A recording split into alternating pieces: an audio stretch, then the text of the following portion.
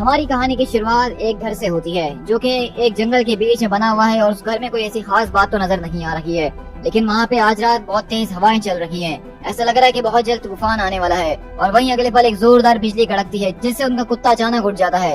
लेकिन उसी के साथ साथ वहाँ पे एक आदमी जो कि सो रहा होता है उसकी चिल्लाते हुए आँख खुलती है। वो लौट कर वापसी आ चुका है। बॉब, आखिरकार ये सब चल क्या रहा है? क्या यहाँ पे कोई आ गया है? ये कुछ भी नहीं है। उसको इस बारे में जानने की कोई जरूरत नहीं है। तुम उससे कह दो कि ये कुछ भी नहीं है। बॉब, आखिरकार ये सब हो क्या रहा है? हाँ, तुम मुझे कुछ बताओगे कि नहीं? कुछ नहीं लिंडी, तुम जाके ऑफिस सो जाओ, सब कुछ ठीक है। मैं बस डॉग को कुछ देर बाहर लेके जा रहा हूँ। हाँ, क्योंकि बस ये एक तूफान था और मैं इसको टेक केयर कर ही लूंगा। लेकिन तुम्हें वाकई में लगता है कि ये सब कुछ जो चल रहा है वो सिर्फ तुम्हारी इमेजिनेशंस के अंदर है? वो सच में था, तुम इस बात को जानते हो। ये वो आवाज थी जो कि पिछले कई सालों से तुमने सुनी नहीं है। इसको आखिरकार कितना वक्त हो चुका है? कई महीने गुजर चुके हैं और हम देखते हैं कि अगले पल वो आदमी यहाँ पे उतर कर आ रहा होता है और साथ में अपने डॉग को ले जा रहा होता है और वो उसको इशारे से चुप रहने के लिए कहता है। साल, मेरे ख्याल से नहीं, मुझे तो लगता है कि इन सारे के सारी बातों को सालों गुजर चुके हैं, मे बी, या इससे भी कुछ ज्यादा ही लंबा अरसा गुजर चुका होगा। ऐसा लगता है कि सब कुछ हमसे बहुत दूर चले गया है। ऐसा लग रहा है कि तुम अब तक अपनी सारी जिंदगी के अंदर सिर्फ एक ख्वाब देखते हुए आ रहे थे और अचानक आज उस ख्वाब से तुम जाग गए हो। What's happened to you, Bob? आखिरकार तुम इतने वक्त से थे कहाँ पे? और हम देखते हैं कि ये आदमी जिसका नाम हमें बॉब बताया जा रहा है, ये अचानक एक बुक शेल्फ के पास आता है और उस बुक को खोल के चेक करने की कोशिश करता है और उसको खोलने के बाद उसको अपने सीने से लगा लेता है और वहीं पे हमें बताया जाता है तुम इस सब को याद करने की कोशिश कर रहे हो कि तुम यहाँ पे आए कैसे इस घर के अंदर। लेकिन तुम्हारे लिए इस वक्त इन सारी की सारी बातों को याद करना उतना ही ज्यादा मुश्किल है जितना तुम अपने बारे में किसी दूसरे शख्स से पूछो जो कि तुम्हें कभी जानता ही ना हो। लेकिन तुम इस बात को जरूर जानते हो कि जो अभी अभी तुमने हंसने की आवाज सुनी थी तुम उसको बहुत बेहतर तरीके से जानते हो। ये एक ऐसा साउंड है जिसको तुमने प्रॉमिस करा था कि तुम कभी नहीं भूल पाओगे। देखो, अब इस बात के अंदर कोई शक नहीं किया जा सकता है, द वॉइड हैज रिटर्न। आखिरकार इतने वक्त के बाद भी किसी न किसी तरीके से उसने अपना रास्ता ढूंढ ही लिया वापसी अर्थ पे आने के लिए। तुम अगर कोशिश करो तो शायद उसको यहाँ पे तलाश कर सकते हो सकता है कि वो इसी तूफान के अंदर कहीं छुपा हुआ हो, क्योंकि तुम तो जानते ही हो ना कि वो उसी तरह से खेलना पसंद करता है। और अगर ये सच में वॉइड है तो इस बात को याद रखना कि वो पहले से काफी ज्यादा स्ट्रॉन्गर हो चुका होगा, खतरनाक हो चुका होगा जितना वो पहले कभी नहीं था। और अगर ऐसा हुआ तो तुम इस बात को भी जानते हो कि इस ह्यूमैनिटी के लिए सिर्फ एक ही उम्मीद की किरण बाकी होगी और वो सिर्फ तुम होगे। और अगले पल हम देखते हैं कि बेसिकली बॉब उस किताब को खोलता है जिसके अंदर एक शीशी रखी हुई होती है और अगले पल वो उसको निकालना शुरू करता है। और इसी तरह हमारी कहानी बेसिकली कॉमिक बुक के अंदर शिफ्ट होती है जो कि दरअसल सेंट्री के नाम से बना हुआ एक कॉमिक है, जहाँ पे हमें बताया जाता है कि किस तरीके से एक लड़का जिसका नाम बॉबी था उसने प्रोफेसर के सीक्रेट फार्मूला को डिस्कवर करा जब अचानक वो एक दिन उनके पूरे के पूरे लैब के अंदर घुस गया था। ओह माय गॉश, ये तो वही है ना ये प्रोफेसर का सीक्रेट फार्मूला जो कि तुम्हारे हाथ में है। और वहीं से बॉब अपने कुत्ते की तरफ देखते हुए बोलता है कि अब हमें चौकन्ने रहना होगा वॉच डॉग, क्योंकि हम इस बात को जानते हैं कि हम ही इस इंसानियत की आखिरी उम्मीद हैं। और साथ साथ में फ्लैशबैक में ये भी दिखाया जा रहा होता है कि किस तरीके से एक यंग सा लड़का जिसने उस पूरे के पूरे सिरम को अचानक से पी लिया, एक अननोन एनर्जी ने उसको ट्रांसफॉर्म कर दिया एक अजीबोगरीब बड़े से आदमी के अंदर जो कि काफी ज्यादा शक्तिशाली नजर आ रहा था। और वहीं हम प्रेजेंट के अंदर भी देखते हैं कि बिजली गड़क रही होती है और साथ साथ ये अजीब सा पुराना सा बुढ़ा सा आदमी उस बोतल को खोल के पीने की तैयारी कर रहा है। जब उसके पास उसकी नई शक्तियां आई तो रॉबी रेनॉल्ड जो है वो अपने आप को सेंट्री के नाम से कहलाने लगा और उसने एक ही मुक्के के अंदर बड़े बड़े लोगों को ठंडा कर दिया। और उसी शाम की बात है, द रिसोर्सफुल फ्रेशमैन ने अपने जबरदस्त तरह के कॉस्ट्यूम को फाइनल टचेस दिए ताकि वो एक फैशन के अंदर आ सके। और इस तरह हम देखते हैं कि रॉबी रेनॉल्ड्स वहाँ पे उस पूरे के पूरे कॉस्ट्यूम को सी रहा होता है जो कि सेंट्री का कॉस्ट्यूम है। लेकिन साथ में हम यहाँ प्रेजेंट डे के अंदर देखे तो ये आदमी हमें काफी कंफ्यूज नजर आ रहा है और ये कहीं से भी सेंट्री तो लग नहीं रहा है। और वहीं से हमें बताया जाता है कि तुम्हारा गोल्डन सूट अभी भी वो यहाँ पे मौजूद है, उसको किसी ने छुआ तक नहीं है। ये तब से ही वैसा का वैसा ही है जब तुमने उसको आखिरी बार पहना था। और तुम इस बात को जानते हो ना कि अगर वॉइड सच में लौट कर आ चुका है तो तुम्हारे पास इसको पहनने के अलावा कोई और चॉइस नहीं है बॉब। तुम्हें इसको दोबारा से पहनना ही होगा, तुम्हें इसको पहनने के बाद दोबारा से सेंट्री बनना ही होगा। द सुपर सीरम, इसको पिए हुए तुम्हें काफी साल गुजर चुके हैं, इट्स बीन ईयर्स। और इस वक्त हम देख रहे हैं कि यहाँ पे जो एक मिडिल एज का आदमी है वो अपने हाथ में शीशी को लेके पीने की तैयारी कर रहा है। और इस वक्त जो स्टोरी चल रही है उसमें हमें ऐसा बताया जा रहा है कि दरअसल यही वो सेंट्री हीरो है जिसके हम कॉमिक बुक्स के जरिए पन्नों में देख रहे हैं कि वो कितना मार्वेलस किस्म का हीरो है। और अचानक ऐसा लग रहा है कि वो अपनी पावर्स को दोबारा रिगेन करने के लिए उस सीरम को पी रहा है। और इसी तरह हमें साथ साथ यहाँ पे ये दिखाया जा रहा होता है कि कितने over the years golden age से एक सुपर हीरो काम कर रहा है जो कि सेंट्री के नाम से जाना जाता था। लेकिन अब इस वक्त ये सेंट्री कहाँ गया और इस वक्त ये अपनी मिडिल एज के अंदर क्या कर रहा है, इसके बारे में समझना इस वक्त बहुत ज्यादा मुश्किल है। अब इस वक्त तुम ये सारी की सारी बातें जो सोच रहे हो, क्या सच में ये तुम्हारे साथ कभी हुई भी हैं? क्योंकि मुझे नहीं लगता कि तुम्हारे साथ ऐसा कुछ हुआ है, क्योंकि ये सब कुछ तुमने कॉमिक बुक के अंदर पढ़ा था, तब तुम छोटे हुआ करते थे, और ये सारी की सारी चीजें तुमने टीवी शो के अंदर देखा था जो कि सेंट्री नाम की हीरो के ऊपर बना हुआ था। लेकिन तुम इस बात को जानते हो कि वॉइड जो है वो सच में है, वो सच में होना ही चाहिए। तुम उसको उतने ही ज्यादा बेहतर तरीके से जानते हो जितने तुम अपने आप को बेहतर तरीके से जानते हो। लेकिन आखिरकार तुम्हारे साथ मसला क्या हो चुका है? तुम्हारे लिए ये सब कुछ सोचना इतना ज्यादा मुश्किल क्यों हो रहा है? और इसी तरह हम यहाँ से फ्लैशबैक के अंदर देखते हैं कि यहाँ पे बताया जा रहा है कि किस तरीके से ये जो वॉइड है ये इतना ज्यादा खतरनाक किस्म का विलन है कि ये अपने आप को जो है सारे के सारे एवेंजर्स के खिलाफ भी खड़ा कर सकता है, और ये सेंट्री का विलन है जो कि सारे के सारे एवेंजर्स के ऊपर भी भारी पड़ रहा होता है। लेकिन इसी तरह बताया जाता है कि जब सारे के सारे एवेंजर्स अपनी उम्मीद खो चुके थे तो सेंट्री अचानक with the million exploding suns की पावर के साथ वहाँ पे आता है और वॉइड को हमेशा के लिए यहाँ से मार के भगा देता है। लेकिन वॉइड चिल्लाता है, तुम इस बात को जानते हो ना सेंट्री कि चाहे कुछ भी हो जाए मैं लौट के जरूर आऊंगा, आई विल रिटर्न। वो हमेशा तुमसे यही कहता था जब भी तुम उसको मार भगाते थे।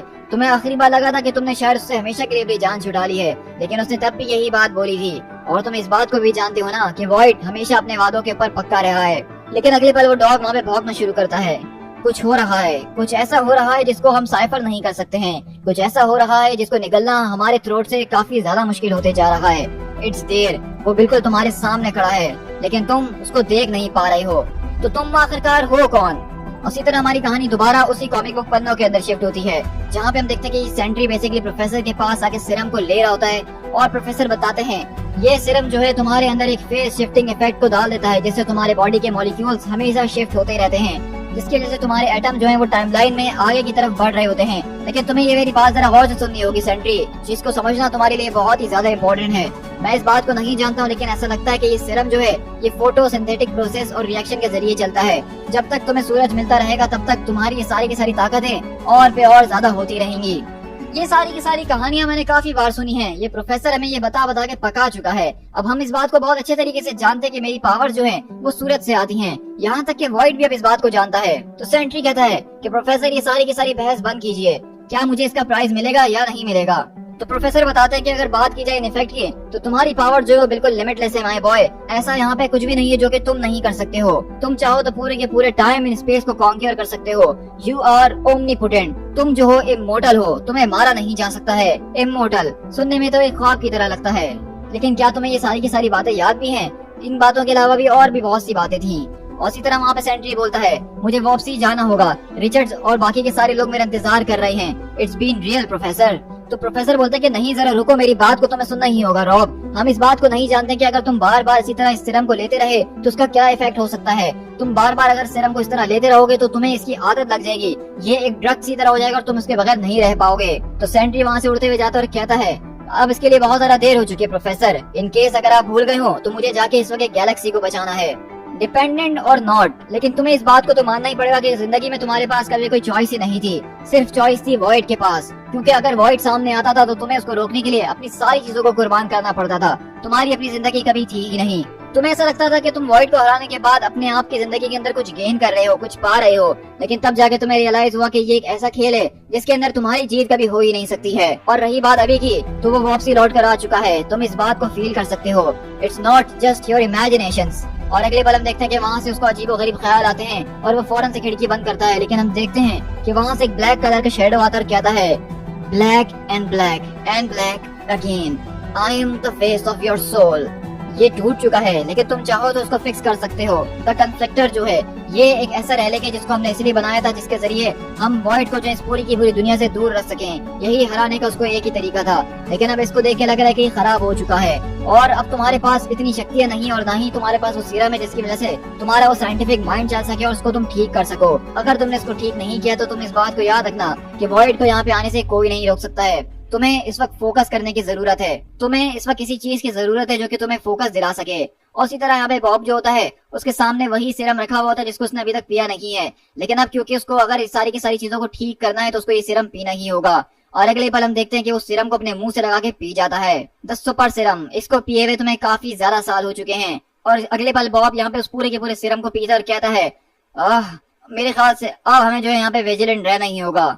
लेकिन वहीं से आवाज आती है तुम इसको विजिलेंस कहते हो सेंट्री? तुम्हें वो दरवाजा कभी खोलना ही नहीं चाहिए था मेरे लिए रॉबर्ट। मैंने तुमसे कहा था कि मैं लौट के वापसी जरूर आऊंगा और अगले पल हम देखते हैं कि बेसिकली जो वॉइड होता है वो उसके कुत्ते की फॉर्म में आ चुका होता है और वो उसको बहुत बुरी तरीके से डराता है। और वो आदमी रॉब, जो कि अभी तक एक मिडिल एज आदमी दिख रहा था, अचानक इस सिरम पीने के बाद अपने हाथों से एक जबरदस्त तरह की लेजर को शूट करता है और कहता है कि नहीं, मुझसे दूर चले जाओ, तुम सच में नहीं हो।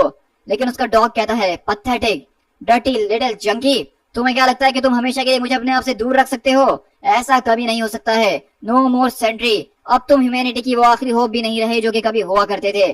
तो वहीं से रॉब चिल्लाता है कि यहाँ पे कोई सेंट्री नहीं है, ना ही कोई वॉइड है, ये दोनों की दोनों चीजें एग्जिस्ट नहीं करती हैं। झूठ बोल रहे हो तुम, क्योंकि सारी की सारी चीजें वो मैं ही हूँ और मैं हूँ void. I am the face of your soul, your wife is the void. तुम्हारी बीवी वॉइड है, तुम्हारा घर वॉइड है, तुम खुद एक वॉइड हो। तो वहीं से बॉब चिल्लाता कि नहीं नहीं, तुम सच में नहीं हो सकते हो। लेकिन इतनी ही देर में हम देखते हैं कि वहां पे उसकी वाइफ रिंडी उठकर आती है, कहती है कि Bob, what the hell are you doing? आखिरकार तुम ये सब कर क्या रहे हो? गॉड ऑलमाइटी बॉब, क्या तुमने अभी अभी हमारे कुत्ते को लात मारी है? और हम देखते हैं कि बॉब यहाँ पे काफी ज्यादा अजीबोगरीब एक हालत में, उसका डॉग भी वहाँ पे गिरा पड़ा है। और वो कहता है कि नहीं, आई मीन टू से, मैंने ऐसा कुछ नहीं किया लिंडी, वो हमारा डॉग नहीं है, ये वॉइड था, वो वापसी लौट कर आ चुका है। Oh my God, you stupid idiot, आखिरकार तुम अब मुझसे ये क्या छुपाने की कोशिश कर रहे हो? अब क्या तुम ये सारी की सारी चीजें मुझे छुपाओगे भी नहीं? तुमने मुझसे कहा था कि तुम इसके बाद दोबारा कभी शराब को हाथ भी नहीं लगाओगे, और अब तुम उसको मेरी आंखों के सामने ही पी रहे हो। तुमने मुझसे वादा करा था बॉब कि तुम हमेशा के लिए शराब को छोड़ दोगे, लेकिन ये वादा भी तुम्हारा सारे के सारे झूठों की तरह ही निकला। मुझे नहीं पता कि अब मैं तुम्हारे साथ और ज्यादा रह सकती हूँ कि नहीं रह सकती हूँ। तुमने मुझसे एक बात के बारे में वादा करा था और मैंने तुम्हारी मदद करने की कोशिश करी, मैंने तुम्हारी हर बात सुनी, लेकिन उसके बावजूद भी तुम वही कर रहे हो जिससे मुझे सबसे ज्यादा चिढ़ है। मैं इस बारे में सोच ही रही थी कि शायद मुझे अपनी दोस्त जूडी के घर चले जाना चाहिए कुछ दिनों के लिए, और मैं इस जानवर को अपने साथ लेके जाऊंगी। जाने दो उसको, वैसे भी सबके अंदर वो कुछ नहीं कर सकती है, वो तुम्हारी बातों को कभी नहीं समझेगी। तो बॉब बोलता है कि ठीक है। ठीक है? क्या इतना सब कुछ होने के बाद तुम मुझसे बस यही कहोगे कि ठीक है? और हम देखते हैं कि लिंडी वहां से डॉग को उठा के जा रही होती है। जाने दो उसको, वो वैसे भी भूल चुकी है कि तुम सच में कौन हो, और वो तुमसे जितना ज्यादा दूर रहेगी वो उतना ही ज्यादा सेफ रहेगी। उसके लिए यही रास्ता बेहतर है। तुम्हारे बारे में इस वक्त किसी को कुछ भी याद नहीं है, तुम्हारे बारे में सिर्फ इस वक्त तुम्हें ही याद है। तुम कभी एक हीरो हुआ करते थे, तुम्हारी लाइफ एक फैबुलस रोलर कोस्टर राइड हुआ करती थी जो कि डेयरिंग और एडवेंचर से भरपूर थी। तुम और तुम्हारे साथ दूसरे हीरोज वो एक साथ मिलकर खड़े हुआ करते थे और हर एक इविल चीज से उसका मुकाबला किया करते थे। लेकिन अचानक न जाने ऐसा क्या हुआ कि सब कुछ बिल्कुल पलट सही गया और तुम यहाँ पे बिल्कुल अकेले रह गए हो।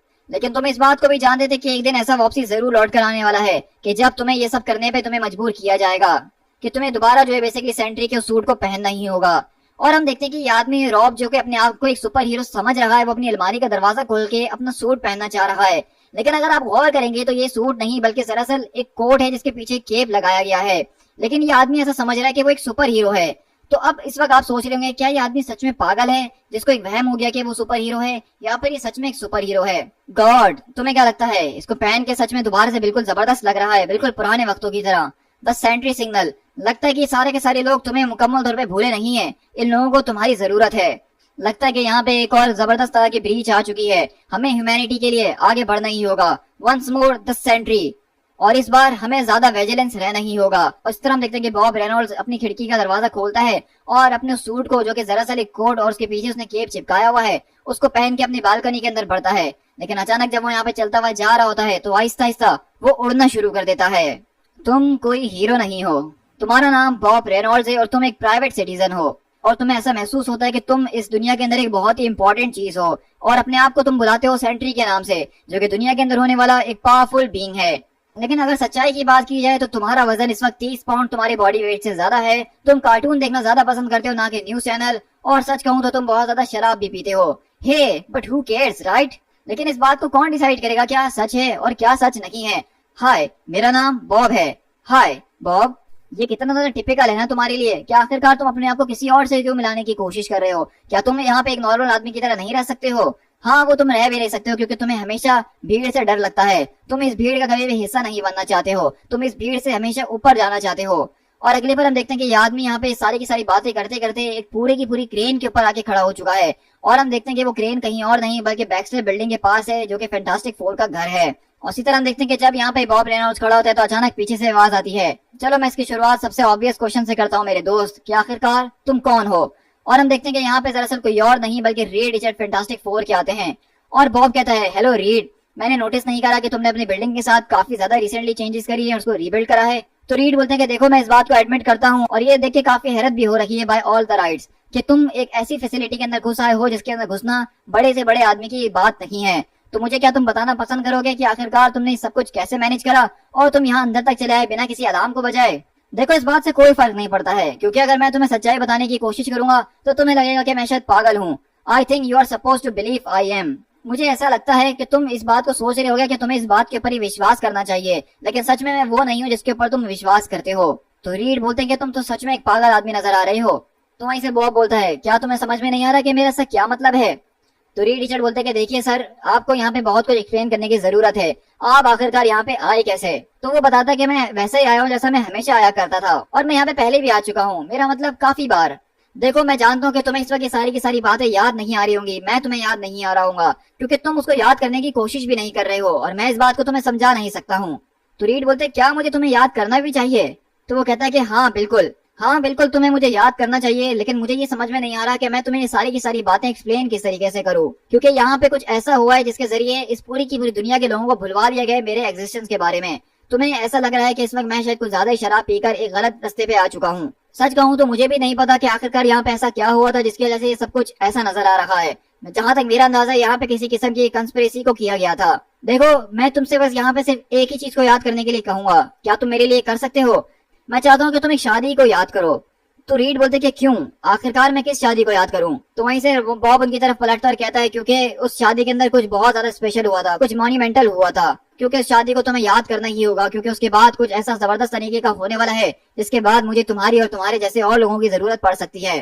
तो वहीं से रीड बोलते कि देखो मेरे दोस्त, मुझे नहीं पता कि आखिरकार तुमने किस तरीके से मेरे सिक्योरिटी कोड्स को हैक करा और उसके लिए मैं ताली भी बजाना पसंद करूंगा कि तुम्हारे अंदर इतनी हिम्मत है कि तुम मेरे सामने आके खड़े हुए हो, लेकिन इस वक्त तुम जो कोई भी मुझसे बात कर रहे हो वो मेरे सर के ऊपर से जा रही है। क्या तुम इस बात को जानते हो कि न्यूयॉर्क सिटी में अगर तुम किसी की प्रॉपर्टी में घुसते हो तो उसका कितना बड़ा जुर्माना लगता है। लेकिन वहीं से बॉब बोलता है कि यूनिकॉर्न। तो वहीं से रीड बोलते हैं कि यूनिकॉर्न, इससे क्या मतलब है तुम्हारा। मुझे कुछ भी याद नहीं आ रहा, बल्कि मुझे तो ये याद करना ही नहीं चाहिए। लेकिन अगले पल जब रीड यहाँ पे वापसी पलटते तो वो आदमी वहाँ से गायब हो चुका होता है। और इसी तरह यहाँ से बैक्स्टर बिल्डिंग के अंदर शिफ्ट होते हैं, जहाँ हम देखते हैं कि बैन जॉनी बैठ के टीवी देख रहे होते हैं और सूजन उनसे मिलने वगैरह के लिए आती है। लेकिन वहीं से मिस्टर फैंटास्टिक भी वापसी बिल्डिंग के अंदर आते हैं और सूजन पूछती है हाय डार्लिंग, क्या ये कोई फॉल्स अलार्म था। तो रीड बोलते कि नहीं, सच कहूँ तो मुझे पता नहीं चला कि क्या था। देखो सू, ये कहने में थोड़ा सा अजीब सा लगेगा, लेकिन क्या हम किसी वेडिंग के अंदर गए थे। तो सूजन बोलती कि हे, ये तुम कैसी बातें कर रहे हो, हम तो मिलियंस ऑफ वेडिंग्स के अंदर जा चुके हैं ना। तो रीड टीचर बोलते कि नहीं, मेरा मतलब है क्या हम किसी ऐसी वेडिंग के अंदर गए थे जिसका लेना देना कुछ यूनिकॉर्न से था। और अगले पल हम देखते हैं कि जब वो दोनों ये आपस में बातें कर ही रहे होते हैं तो उनकी नजर अपने पीछे टेबल के ऊपर पड़ती है जहाँ पे एक यूनिकॉर्न रखा हुआ होता है। तुम्हारा नाम बॉब रेनॉल्ड्स है, लेकिन तुम एक हीरो नहीं हो सकते हो, तुम्हें बस ऐसा लगता है कि तुम एक हीरो हो। उसी तरह रीड चेट बोलते कि अभी अचानक आखिरकार ये यूनिकॉर्न यहाँ पे आ कहाँ से गया। तो सूजन बोलती कि सच कहूँ रीड, तो मुझे भी इस बारे में कोई आइडिया नहीं है, मुझे सच में नहीं पता कि ये चीज आखिरकार यहाँ कब से रखी हुई है। और उस पूरे के पूरे यूनिकॉर्न के नीचे जो है एक बेसिकली टेप रखी हुई होती है पुराने जमाने की। तो वैसे सूजन बोलती कि रीड, मैं इस बात को समझ नहीं पा रही और ना ही समझा पा रही हूँ कि आखिरकार हो क्या रहा है, लेकिन इस वक्त सच कहूँ तो मुझे एक जबरदस्त किस्म की डेजा वो वाली फीलिंग आ रही है कि जैसे पहले भी हमारे साथ ये सब कुछ हो चुका है। तो रीड बोलते हैं कि हाँ, मैं इस बात को समझ रहा हूँ और मैं भी यही कहूंगा कि इसको देखने के बाद मुझे भी ऐसा लग रहा है कि हमारे साथ पहले भी कभी हो चुका है, ये पहली बार नहीं हो रहा। और यहीं से अगले पल हम एक दोबारा फ्लैशबैक सीन के अंदर शिफ्ट होते हैं जहाँ पे रीड रिचर्ड जो है वो एक तरह की वेडिंग के अंदर मौजूद है, जहाँ पे हम देखते हैं कि यहाँ पे बेसिकली ये वेडिंग किसी और की नहीं बल्कि सेंट्री यानी कि बॉब रेनॉल्ड्स की है, जिसके बारे में अभी उसने रीड रिचर्ड से जिक्र किया था। जहाँ पे हम देखते हैं कि यहाँ पे फैंटास्टिक फोर के साथ कैप्टन अमेरिका तक मौजूद है। और वहीं से रीड रिचर्ड बोलते हैं कि बैन, क्या तुम मेरे लिए फेवर कर सकते हो और मिस्टर टोनी स्टार्क के ऊपर नजर रखोगे ताकि तुम इस बात को मेक श्योर करो कि वो घर सेफ्टी तक पहुंच जाएं। तो बैन बोलता है कि देखो यार, मुझसे जो हो पाएगा मैं करूंगा, लेकिन इसके बदले में तुम्हें मुझे $10 देने ही होंगे। उस तरह देखते हैं कि बॉब बेसिकली हमें पता चलता है कि मिस्टर फैंटास्टिक का एक बहुत ही अच्छा दोस्त होता है और उसी पूरी की पूरी वेडिंग के अंदर बेसिकली रॉब ने जो है उस यूनिकॉर्न को मिस्टर फैंटास्टिक को एक तरह का गिफ्ट, एक तरह की निशानी के तौर पे दिया होता है। वो तुम्हारा बेस्ट फ्रेंड हुआ करता था शादी के अंदर, रीड रिचर्ड्स, मिस्टर फैंटास्टिक, तुम और वो आपस में बेस्ट फ्रेंड हुआ करते थे। सूजन स्टॉर्म और लिंडी वो भी आपस में बहुत अच्छा टाइम गुजारा करती थी और वो भी बेस्ट फ्रेंड्स की तरह ही रहा करती थी। वो तुम्हारे एलाइज हुआ करते थे, वो तुम्हारे लिए सबसे ज्यादा क्लोजेस्ट फ्रेंड्स हुआ करते थे। लेकिन आखिरकार ऐसा क्या हुआ है कि वो सारे के सारे लोग तुम्हें भूल चुके हैं बॉब। अब आखिरकार तुम उनको वापसी याद कैसे दिलवाओगे कि तुम कौन हो और उनकी जिंदगी में क्या मायने रखते थे। और अगले पल रीड रिचर्ड उस टेप को उठाते और कहते हैं कि इसके ऊपर तो लिखा है कि ये एक वेडिंग वीडियो है। तो सूजन बोलती है कि रीड देखो, इस बात को तो एडमिट करना ही पड़ेगा कि ये सारी की सारी चीजों को देखने के बाद मेरे रोंगटे खड़े हो रहे हैं और ऐसा लग रहा है कि हमें एक ऐसा सीक्रेट बताया जा रहा है जिसको हमें खास कर भूलने के लिए कहा गया था। ये सच में बहुत ज्यादा क्रीपी होते जा रहा है, तुम इसको जानते हो ना? ये काफी स्ट्रेंज है और मुझे कुछ समझ में नहीं आ रहा। तो रीड बोलते हैं कि तुम्हारी बात बिल्कुल ठीक है। सच कहूँ तो इस वक्त मुझे भी कोई अंदाजा नहीं है कि ये सब कुछ क्या चल रहा है, लेकिन अगर हमें इन सारी की सारी चीजों को पता लगाना है कि क्या हो रहा है तो उसको पता करने का सिर्फ एक ही तरीका है, आई सपोज। और इस तरह हम देखते हैं कि वो जॉनी और बैन के पास आके कहती है सुजन, बॉयज अगर तुम लोग माइंड ना करो तो हम कुछ देर के लिए इस वीडियो को लगा के देखना चाहेंगे, तो क्या तुम लोग थोड़ी देर के लिए अपना तमाशा बंद कर सकते हो? तो बैन बोलता है कि हाँ, वैसे भी यहाँ पे जॉनी मुझे फजूल के शोज दिखा के बोर ही कर रहा है। और इसी तरह हम देखते हैं कि बेसिकली अगले पल रीड रिचर्ड उस पूरी की पूरी कैसेट को जो है पुराने जमाने के वीसीआर के अंदर डालते हैं ताकि वो चेक कर सकें कि इसके अंदर क्या है। और साथ में हम अपने सेंट्री को भी देख रहे होते हैं, यानी कि बॉब को, जो कि उस पूरे के पूरे कोट वाले कपड़ों के अंदर जाके ट्रेन से निकलते हुए एक छत की तरफ जा रहा होता है। तो वहीं से सुजन बोलती है कि आई डोंट थिंक डार्लिंग के इस पूरी की पूरी कैसेट के अंदर कुछ होने वाला है, यहाँ पे कुछ समझ में नहीं आ रहा। लेकिन जरा एक मिनट, यहाँ पे कोई नजर आ रहा है। और इसी तरह हम देखते हैं कि साथ में बॉब जो है वो यहाँ पे जा रहा होता है, जिसके अंदर से एक अजीब गरीब रोशनी भी साथ में निकल रही है। और वहीं से आवाज आती है, हेलो रीड, अगर सारी की सारी चीजें ठीक तरीके से चलते रही तो तुम्हें ये वीडियो देखने की कभी भी कोई जरूरत नहीं पड़ने वाली है। ओह माय गॉड रीड, ये तो तुम्हारा चेहरा है ना?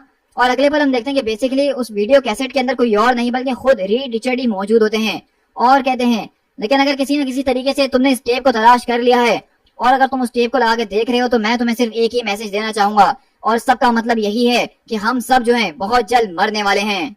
तो इसी तरह हम देखते हैं कि बेसिकली अब ये कहानी काफी तरह इंटरेस्टिंग होते हुए नजर आ रही है, क्योंकि कुछ टाइम पहले एक आदमी जिसको हम एक पियक्कड़ समझ रहे थे, जिसको हम एक अजीब गरीब मिडिल एज मैन समझ रहे थे, उसने यहाँ पे आके रीड रिचर्ड को एक ऐसा हिंट दिया है, और जब उन्होंने उस हिंट को चेक करा तो दरअसल उसके अंदर उन्हीं की तस्वीर आ रही है जो कि उनको वार्न कर रही है कि उनको ये कभी टेप मिलना नहीं चाहिए था, और अगर अब मिल गया है तो उसका मतलब कि सब मरने वाले हैं। सब कुछ बदल रहा है, तुम बदल रहे हो, तुम दोबारा से वो बन रहे हो जो कि तुम कभी हुआ करते थे। और इसी तरह हम देखते हैं कि रॉबर्ट रेनॉल्ड जो कि कल तक सिर्फ एक मिडिल एज आदमी लग रहा था, अचानक से वो आसमान के अंदर उड़ना शुरू हो चुका है, और आहिस्ता आहिस्ता जो कॉस्ट्यूम हमें लग रहा था कि उसने अपने घर के कुछ चीजों से बनाया है वो उसके साथ साथ ट्रांसफॉर्म होते ही जा रहा है। और जहाँ पे उसने अपने केप को कुछ क्लिप से जोड़ा हुआ था, अचानक से वो 2S के अंदर ट्रांसफॉर्म हो जाते हैं और रॉबर्ट की आंखें भी चमकना शुरू हो चुकी हैं। और अगले पल वो किसी और के पास नहीं बल्कि इनक्रेडिबल हल्क के पास आता है, और हल्क कहता है, कौन है वहाँ पे? Go away puny little man, Hulk को अकेला छोड़ दो। ये मैं हूँ ब्रूस, क्या तुमने मुझे पहचाना नहीं? गोल्डन मैन, मेरे पुराने दोस्त। और इसी तरह हम देखते हैं कि अगले पल जब यहाँ पे हल्क जैसे ही सेंट्री को देखता है तो वो उसको फौरन एक नजर के अंदर ही पहचान जाता है, जबकि अगर हम बात करें तो कोई और हीरो या कोई और आदमी, कोई शख्स उसको नहीं पहचान रहा है। यहाँ तक कि उसकी खुद की अपनी वाइफ उसको नहीं पहचान रही कि वो कभी एक सुपर हीरो हुआ करता था, लेकिन हल्क ने उसको देखते ही पहचान लिया। इसी के बाद कहानी हमारी बैक्स्टर बिल्डिंग के अंदर शिफ्ट होती है, जहाँ पे मिस्टर फैंटास्टिक उस टेप को देखते हैं और उसमें से आवाज आती है, मैं बस इमेजिन ही कर सकता हूँ कि अब चीजें और कितनी ज्यादा स्ट्रेंज होने वाली हैं। देखो मैं जानता हूँ कि इस वक्त तुम्हें बहुत ही ज्यादा डिसओरिएंटेड फील हो रहा होगा, तुम्हें ऐसा महसूस हो रहा होगा जिस तरह से कुछ चीजें ठीक नहीं चल रही हैं। वेल गेट रेडी, क्योंकि बिलीव मी, जो तुम अब तक समझते आए हो, जो तुम्हें महसूस हो रहा है वो कुछ भी नहीं है, क्योंकि अब तक सबसे इम्पोर्टेंट चीज तो तुमने सुनी ही नहीं है। मेरा बेस्ट गैस ये है कि एक आदमी जिसका नाम रॉबर्ट रेनॉल्ड्स है वो तुम्हारे पास अचानक सामने आ जाएगा और वो क्लेम कर रहा होगा कि तुम उसको जानते हो और उसको द सेंट्री के नाम से जाना जाता है। तुम्हें उसकी बातों पे जरा भी विश्वास नहीं होगा कि वो क्या बड़बड़ाने की कोशिश कर रहा है, लेकिन तुम्हें उसके ऊपर विश्वास करना चाहिए रीड। तो इसी तरह हम देखते हैं कि सुजन बोलती है कि रीड, क्या ये सब कुछ सच है? मतलब ये तुम ही हो ना और तुम अपने आप से बातें कर रहे हो? तो वहीं से रीड बोलता है कि हाँ ये सब कुछ सच तो है, क्योंकि अभी कुछ देर पहले एक आदमी हमारे स्केप होल्डिंग के ऊपर आके खड़ा हुआ था, हमारे पुराने 4 फ्रीडम प्लाजा के ऊपर, और उसने बिल्कुल ऐसे एक्ट करने की कोशिश करी जिस तरह वो मुझे बहुत लंबे अरसे से जानता है, लेकिन सच कहूँ तो मैं अपनी सारी जिंदगी के अंदर उससे कभी आज तक नहीं मिला, जहाँ तक मुझे पता है। और इसी तरह जो टेप के अंदर रीड होते हैं वो कहते हैं, मोस्ट लाइकली वॉइड जो है वो वापसी लौट कर आ रहा है, दैट्स व्हाई उसको ये सारी की सारी चीजें याद आना शुरू हो चुकी हैं, और अगर उसको ये याद आना शुरू हो चुका है कि वो कौन है तो बहुत जल्द पूरी की पूरी दुनिया उसको याद करना शुरू कर देगी कि वो कौन है। और ये बात याद रखना कि अगर एक बार सबको याद आ गया कि वो कौन है और वो क्या क्या कर सकता है, तो इस बात को जान लो कि तुम्हारे सामने एक ऐसे खतरनाक किस्म के इवेंट्स होने वाले हैं जिसको तुम पॉसिबली इमेजिन भी नहीं कर सकते हो। इसके आगे जो भी बात हमारे बीच होने वाली है तुम्हें इसको बहुत ही ज्यादा केयरफुली रह के सुनना होगा रीड रिचर्ड्स, क्योंकि एग्जैक्टली जो मैं तुम्हें बताने वाला हूँ, जो मैं तुम्हें करने के लिए कहूंगा, तुम्हें बिल्कुल उसको उसी तरीके से करना होगा। ये आदमी रॉबर्ट रेनॉल्ड जो है वही दरअसल, लेकिन अचानक हम देखते हैं कि वो टेप चलते चलते खराब हो जाती है और वहां पे ना ही ऑडियो समझ में आ रहा होता है और ना ही वीडियो। तो वहीं से नथिंग बोलता है कि अबे यार अब ये हो क्या गया आखिरकार, अभी तो कहानी इंटरेस्टिंग होना शुरू हुई थी। तो जॉनी बोलता है आई डोंट नो, मेरे ख्याल से टेप शायद इस पुराने वीसीआर के अंदर फंस गई है, हैंग ऑन, उसको ठीक करके देखते हैं। लेकिन अगले पल हम देखें इससे पहले कि वो कुछ कर सके, वहां पे जो वीसीआर होता है अचानक उसके अंदर आग लगती है और एक जबरदस्त किस्म का धमाका होता है और सूजन सारे के सारे लोगों को अपनी शील्ड से बचाती है। तो वहीं से जॉनी बोलता है, हे तुम लोग मुझे मत देखो, ये मैंने नहीं किया है। तो हम देखते हैं कि इससे पहले कि वहाँ पे रीड रिचर्ड वो एक इम्पोर्टेंट बात बता पाते, अचानक वो पूरी की पूरी टेप किसी अननोन रीजन की वजह से जल के खत्म हो चुकी है। इसी के बाद हमारी कहानी यहाँ से रॉबर्ट रेनॉल्ड्स और हल्क के पास शिफ्ट होती है और वहीं से वो कहता है, आखिरकार तुम्हें हुआ क्या है ब्रूस, तुम अभी तक इसी तरीके से हो, मुझे तो लगा था कि तुम अब तक जो है इवॉल्व हो गए होगे। तो कहता है कि नहीं, हल्क जो है वो ब्रूस नहीं है, हल्क हल्क है। हल्क क्या ब्रूस है? तो रॉबर्ट बोलता है कि बिल्कुल, हल्क जो है वो ब्रूस ही है। हाँ तुम ठीक कह रहे हो, हल्क ब्रूस है, ब्रूस बैनर। हल्क को ये बातें पहले याद नहीं आ रही थी, लेकिन अच्छा हुआ कि तुमने मुझे याद दिला दिया गोल्डन मैन, और मुझे सबके लिए माफ कर देना। तो वहीं से सेंट्री उसके कंधों पे हाथ रख के मुस्कुराता और कहता है, इसमें माफी मांगने वाली कोई बात नहीं है हल्क, तुम्हें देख के काफी अच्छा लगा और मुझे ऐसा महसूस हो रहा है कि तुम मुझे जरा भी नहीं भूले हो। मैं तुम्हें अभी तक याद हूँ ना। लेकिन आखिरकार मुझे ये बात समझ में नहीं आ रही कि सारे के सारे लोगों के बीच सिर्फ एक ऐसे तुम ही क्यों हो जिसको मैं याद हूँ। कहीं ये ऐसा तो नहीं क्योंकि तुम हल्क के अंदर ट्रांसफॉर्म हुए हो और इस वजह से तुम्हारी सारी की सारी मेमोरीज तुम्हारे पास है और तुम मुझे याद रख पाए हो। आई वंडर कि अगर तुम ब्रूस बैनर के अंदर रिवर्ट होते हो तो क्या बैनर मुझे याद रख पाएगा या नहीं। हल्क खुश है क्योंकि गोल्डन मैन हल्क का बेस्ट फ्रेंड है। हाँ मैं जानता हूँ, लेकिन यहाँ पे कुछ हुआ है जिसको मैं महसूस कर सकता हूँ। जब मैं यहाँ से दूर था तो कुछ बुरा हुआ है, मैं नहीं जानता कि ये क्यों हुआ है, लेकिन कुछ ऐसा हुआ है जिसकी वजह से हर किसी को ये बात भुलवा दी गई है कि मैं कौन हूँ। यहाँ तक कि मेरा इस दुनिया से वजूद ही खत्म कर दिया गया है। अगर मैं किसी के सामने आके उसको बताना भी चाहूँ तो वो तब भी मुझे याद नहीं कर पा रहा है। मैं इस नतीजे में पहुंचा उन सारी की सारी चीजों को देखते हुए, यहाँ पे कोई ना कोई कंस्पिरेसी जो है की गई है ताकि मेरे एग्जिस्टेंस को सीक्रेट रखा जाए और दुनिया की भर की नॉलेज से हटा दिया जाए। ऐसा लगता है कि ये कोई वर्ल्ड वाइड मास हिप्नोसिस किया गया है मेरी मेमोरीज को लोगों की याददाश्त से मिटाने के लिए, या फिर ये कुछ और भी हो सकता है। जो कुछ भी सच कहूँ तो इस वक्त मैं अपनी उंगली उसके ऊपर रख नहीं पा रहा हूँ, लेकिन मैं एक और चीज को सेंस कर रहा हूँ, कुछ बहुत ही ज्यादा गलत। और अगले बार हम देखते हैं कि रॉबर्ट अपने हाथों के जरिए आसपास की फोर्स को इकट्ठा करना शुरू करता है और कुछ रॉक्स की मदद से एक हाथ में छोटा सा सूरज बना देता है और कहता है, और इस वजह से ही मैं तुम्हारे पास आया हूँ हल्क, क्योंकि तुम्हें इसको अपने पास रखना होगा। तुम्हारे लिए जरूरी है कि तुम इन सारी की सारी बातों को याद रखो। गोल्डन मैन बहुत लंबे अरसे से दूर चले गया था, तो अब आखिरकार तुम लौट कर क्यों आए हो? तो सेंट्री की आंखें चमकती है और वो कहता है, मैं यहाँ पे लौट के सिर्फ वॉइड के लिए आया हूँ, क्योंकि मैं जानता हूँ कि वो बहुत जल्द लौट कर आने वाला है। मैं इसको नहीं जानता हूँ कि वो ये सब कैसे कर रहा है और लौट कर कैसे आया है, लेकिन मैं ये जरूर जानता हूँ कि वो लौट के आने ही वाला है। क्या तुम्हें महसूस नहीं हो रहा कि हवा कितनी ठंडी हो चुकी है? वो शेडोज के अंदर छुपने की कोशिश कर रहा है, वो अपने चांस का इंतजार कर रहा है कि उसको जैसे ही मौका मिले वो उस डार्कनेस के अंदर से निकले और हमारे ऊपर अटैक करेगा। शैडो मैन, क्या वो लौट कर वापसी आ रहा है? मैं जानता हूँ हल्क, तुम्हें इस वक्त डर लग रहा है, सच कहूँ तो मुझे भी लग रहा है, लेकिन यहाँ पे अभी ऐसा कुछ भी नहीं है जो कि हम उसको रोकने के लिए कर सकें जब तक वॉइड हमारे सामने खुद आने का फैसला ना करे। मैं बस इतना जानना चाहता हूँ कि अगर ऐसा कुछ होता है तो क्या मैं तुम्हारे पर काउंट कर सकता हूँ? क्या तुम मेरी मदद करोगे? बिल्कुल, always for golden man, Hulk is the bravest there is. तो इसी तरह हम देखते हैं कि सेंट्री बेसिकली यहाँ पे हल्क को इस पूरे के पूरे मसले के लिए आगे जो कुछ भी होने वाला है उसके लिए अपनी साइड पे करने के लिए आया है। और हल्क जो है बेसिकली सेंट्री को पहचानता भी है और उसको अपना पुराना दोस्त मानता है। लेकिन हम यहाँ पे जिस वॉइड के बारे में बातें सुन रहे हैं वो इतना ज्यादा खतरनाक है कि लिटरली इनक्रेडिबल हल्क जो है वो उससे डरता है। तो सेंट्री वहां से जाते हुए बोलता है कि बहुत बढ़िया, जब सही टाइम आएगा तो मैं तुम्हारे पास जरूर आऊंगा। मुझे तुम्हारी जरूरत पड़ने वाली है मेरे पुराने दोस्त, मुझे तुम्हारे साथ उन सब की जरूरत पड़ने वाली है। मैं तुमसे झूठ नहीं कहूंगा ब्रूस, क्योंकि मैंने तुमसे वादा करा था कि मैं हमेशा ही तुम्हें सच बताऊंगा। और सच ये है कि इस बार मामला पहले से भी कहीं ज्यादा वर्ष होने वाले हैं, जितना तुमने इमेजिन भी नहीं किया होगा। इसी के बाद हम यहाँ से कुछ रेंजर्स के पास शिफ्ट होते हैं जो कि जंगल वगैरह के ऊपर निगरानी रखते हैं। और हम देखते हैं कि बेसिकली यहाँ पे अचानक इस जंगल के अंदर एक खतरनाक किस्म का इवेंट हुआ है जिसको यहाँ पे कोई भी समझ में नहीं पा रहा है। और वो अगले पल यहाँ पे अपने बड़े ऑफिसर को बुलाता है जो कि एक हेलीकॉप्टर के जरिए यहाँ पे आता है ताकि वो पता कर सकें कि यहाँ पे चल क्या रहा है। लेकिन जब अगले पल वो वहाँ पे उस पूरे के पूरे नजारे को देखते हैं तो हम देखते हैं कि पूरे के पूरे जंगल को जला के राख कर दिया गया है। सारे के सारे जानवरों को, इंसानों को, हाथियों को बहुत ही बुरी तरीके से मारा गया है। इसी तरह हम अगले पल रीड रिचर्ड के लैब के अंदर शिफ्ट होते हैं जहाँ पे वो अपने रिसर्च का काम शुरू कर चुके हैं और वो अपने पर्सनल ब्लॉग को लिखते हुए हमें बताते हैं। ये सारी के सारी कहानी डायरी ऑफ रीड रिचर्ड के अंदर मौजूद है अक्टूबर 17 और आज की तारीख अक्टूबर 17 है।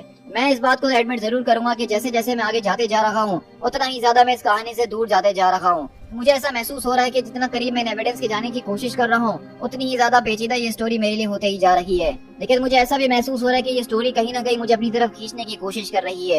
एक ऐसी फोर्स है जो कि मेरा सारा का सारा ध्यान इससे हटा नहीं पा रही है। ये सारे के सारे फैक्ट्स मेरी आंखों के सामने मौजूद हैं और मुझे सोचने में मजबूर कर रहे हैं कि आखिरकार ये सब चल क्या रहा है। लेकिन इन सारे के सारे फैक्ट्स एंड फिगर्स के बावजूद भी मैं कुछ समझ नहीं पा रहा हूँ। हर एक बार जब मैं सच के काफी ज्यादा करीब पहुँच जाता हूँ और हर एक चीज को पकड़ लेता हूँ तभी मुझे ऐसा महसूस होता है कि मैं उससे और ज्यादा दूर जा रहा हूँ। और हम देखते हैं कि रेड रिचर्ड यहाँ पे उसी फुटेज को देख रहे हैं जिसके अंदर वो आदमी उनके पूरे के पूरे बिल्डिंग पे उनसे मिलने के लिए आया था। वॉइस और वीडियो एनालिसिस ने इस बात को कंफर्म करा है कि रेनॉल्ड्स वही है जो कि अपने आप के बारे में बता रखा है, लेकिन उसका सोशल सिक्योरिटी नंबर वो एक ऐसे आदमी को बिलोंग करता है जो कि काफी सालों पहले मर चुका है। यहाँ पे सच भले कुछ भी हो, बस मैं इतना जरूर जानता हूँ कि यहाँ पे इस आदमी को छुपा के रखने के लिए बहुत ही ज्यादा लोगों ने बड़े बड़े काम तो किए ही होंगे, क्योंकि हम देखते हैं कि उनका कैमरा और उनका सारी की सारी आर्टिफिशियल इंटेलिजेंस इस बात का पता लगा लेती है कि ये आदमी रॉबर्ट रेनॉल्ड्स ही है जो कि काफी सालों पहले मर चुका है, लेकिन उसके नाम से एक और फाइल मौजूद है जो कि सेंट्री के नाम से है। मेरे पास एक अखरौती थ्योरी मौजूद है जिसको मानना इस वक्त काफी ज्यादा मुश्किल होगा, लेकिन मुझे इसको चेक तो करना ही होगा। अगर रॉबर्ट रेनॉल्ड को कभी फेडरल विटनेस प्रोटेक्शन प्रोग्राम के अंदर प्लेस किया गया था तो उसके बारे में किसी न किसी को तो याद होगा ही ना, क्योंकि अगर एक आदमी एग्जिस्ट करता है उसका कहीं ना कहीं रिकॉर्ड तो फिर लाजमी मौजूद ही होगा। But there is something else, ऐसा कुछ ना कुछ जरूर है जो कि एक बहुत ही इम्पॉसिबल सी फीलिंग है जो कि मुझे बहुत ही स्ट्रेंज सी फील दिला रही है। मेरा दिमाग उसको एक्सेस करने की कोशिश तो कर रहा है, लेकिन उसके करीब जाता है तो वो उसको समझ नहीं पा रहा है। और अगले पल हम देखते हैं कि रेड रिचर्ड यहाँ पे अपनी पुरानी सी लाइब्रेरी को खोलते हैं जहाँ पे पुराने जमाने के रिकॉर्ड्स वगैरह मौजूद होते हैं। मुझे अपने बचपन के बाद से आज पहली बार ऐसा खतरनाक किस्म का एक डर महसूस हो रहा है जो कि मैंने कभी नहीं किया था। ये वो जगह है जहाँ पे सबकी शुरुआत हुई थी। यहाँ ऊपर यहाँ पे हवा इतनी ज्यादा पतली होती है कि इन बिल्डिंग से टकराने के बाद वो एक सीटी की तरह आवाजें निकाल रही होती है। This is where it all came to an end, और यही वो जगह होने वाली है जहाँ पे सबका खात्मा होगा। और इसी तरह हम देखते हैं कि रॉबर्ट यहाँ पे एक बिल्डिंग के ऊपर खड़ा होता है और अगले पल स्पाइडरमैन स्विंग करता हुआ यहाँ पे आता है और रॉबर्ट बोलता है, क्या तुम्हें कभी कुछ ऐसा महसूस नहीं हुआ है कि तुम कुछ भूल रहे हो पीटर? तो स्पाइडरमैन बोलता है, क्या मैं आपको जानता हूँ या हम पहले कभी कहीं मिल चुके हैं? तो सेंट्री बोलता है, hey webhead, you are a real swinger, तुम इतने भी ज्यादा बुरा स्विंग नहीं करते हो गोल्डन बॉय। तो सेंट्री बोलता है कि हाँ, तुम मुझे अच्छे तरीके से जानते हो क्योंकि मैंने तुम्हें एक प्राइज जितवाने में तुम्हारी मदद करी थी। Hey webhead, you are a real swinger, तुम इतना भी ज्यादा बुरा स्विंग नहीं करते हो गोल्डन बॉय। तो पीटर उसकी तरफ देख रहा होता है, उसको कुछ समझ में नहीं आता। तो सेंट्री हंसते हुए कहता है, मैं बस मजाक कर रहा था, ये हमारी एक स्किट थी जो कि हमने मिलकर टुनाइट शो के ऊपर करी थी। तुम और मैं पहली बार इसी बिल्डिंग के ऊपर मिले थे और जब हम मिले थे तो हम ऐसा प्रिटेंड कर रहे थे कि हम दोनों में से कोई भी गे ना हो। आई मीन तुम जानते हो ना कि वो सिर्फ एक छोटा सा मजाक था। मैं जानता हूँ कि इस वक्त तुम्हें मेरी सारी की सारी बातें बिल्कुल पागल बने की लग रही होंगी। क्या मैंने ठीक कहा? सच कहूँ तो मुझे कुछ भी समझ में नहीं आ रहा है और ना ही मैं किसी ऐसे बंदे को जानता हूँ जिसका नाम पीटर है, लेकिन अगर मैं उससे मिलता हूँ तो मैं जरूर बताऊंगा कि तुम उसकी तलाश कर रहे हो। लेकिन क्या इसके अलावा यहाँ पे ऐसा कुछ और है जो मैं तुम्हारे लिए कर सकता हूँ? क्या किसी को कॉल वॉल करनी है, तुम्हें घर छोड़ना है तो मैं वो कर सकता हूँ। तो हम देखते हैं कि बेसिकली रॉबर्ट रेनॉल्ड्स को यहाँ पे स्पाइडरमैन का असली नाम तक पता है, जो कि उसके लिए काफी शॉकिंग बात है। लेकिन सेंट्री बोलता है कि जरा एक मिनट, मैं तुम्हें यहाँ पे कुछ दिखाना चाहता हूँ। तो पीटर बोलता है कि जरा आराम से, तुम गिर जाओगे। ओह माय गॉड, तुम तो उड़ सकते हो, कहीं तुम मजाक तो नहीं कर रहे? तो रॉबर्ट कहता है कि नहीं, मैं मजाक नहीं कर रहा हूँ, मैं तुम्हें कुछ दिखाना चाहता हूँ। ये एक फोटोग्राफ जो कि तुमने मेरी ली थी काफी सालों पहले, इसको देखो पीटर, इसको देखो और याद करने की कोशिश करो, इस फोटो की तरफ देखो। और अगली बार हम देखते हैं वहाँ पे सेंट्री अपनी जेब से निकाल के एक तस्वीर दिखाता है जिसके अंदर सेंट्री खड़ा होता है।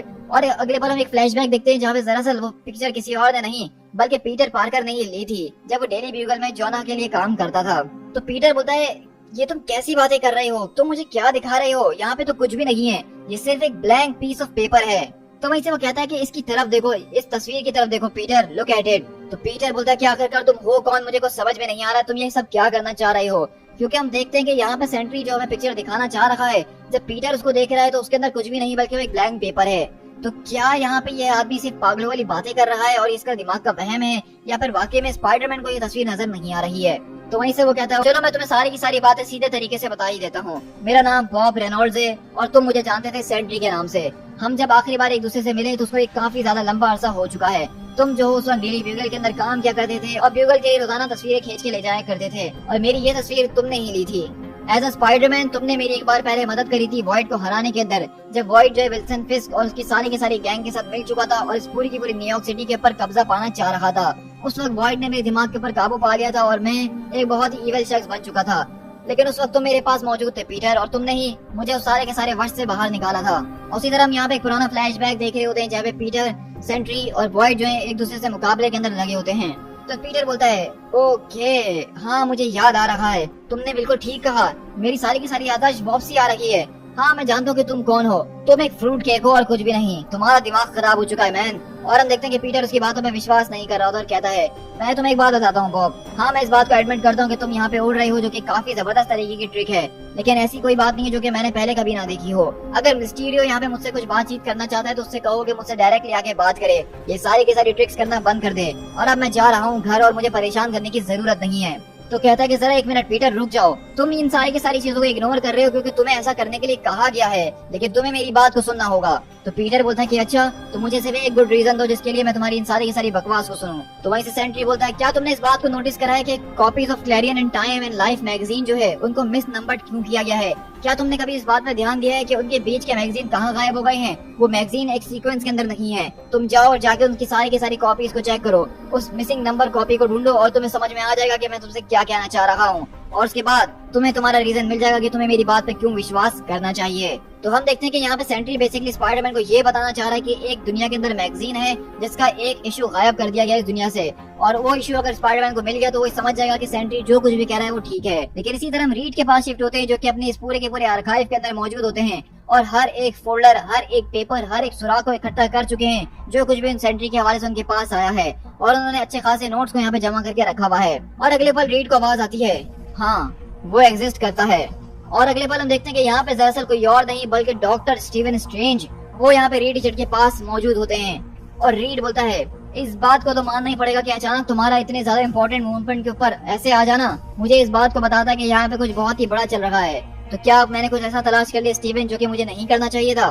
तो डॉक्टर स्ट्रेंज बोलते हैं, तुमने मुझसे एक बार कहा था रीड टिचर कि कभी भी जिंदगी में अगर तुम मुझसे ये सवाल करो तो मैं तुम्हें सिर्फ इसी बात के ऊपर कन्विंस करने की कोशिश करूं कि मैं तुम्हें उसका जवाब नहीं दूंगा।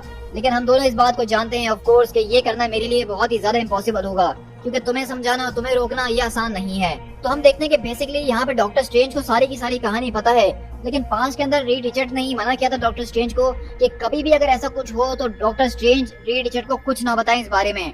लेकिन मिस्टर फैंटास्टिक बोलते हैं कि यह आदमी, मैं ऐसा महसूस कर रहा हूँ कि मैं उसको जानता हूँ, आखिरकार ये कौन है? तो डॉक्टर स्ट्रेंज बोलते हैं कि देखो, तुम उसको नहीं जानो तो ज्यादा बेहतर होगा, लेकिन उसके बावजूद भी तुम उसको जान के ही रहोगे, ये मैं जानता हूँ। बहुत जल्द ये सारी की सारी दुनिया उसके बारे में जान जाएगी जो कि एक लंबी और गहरी नींद के अंदर सो रही थी।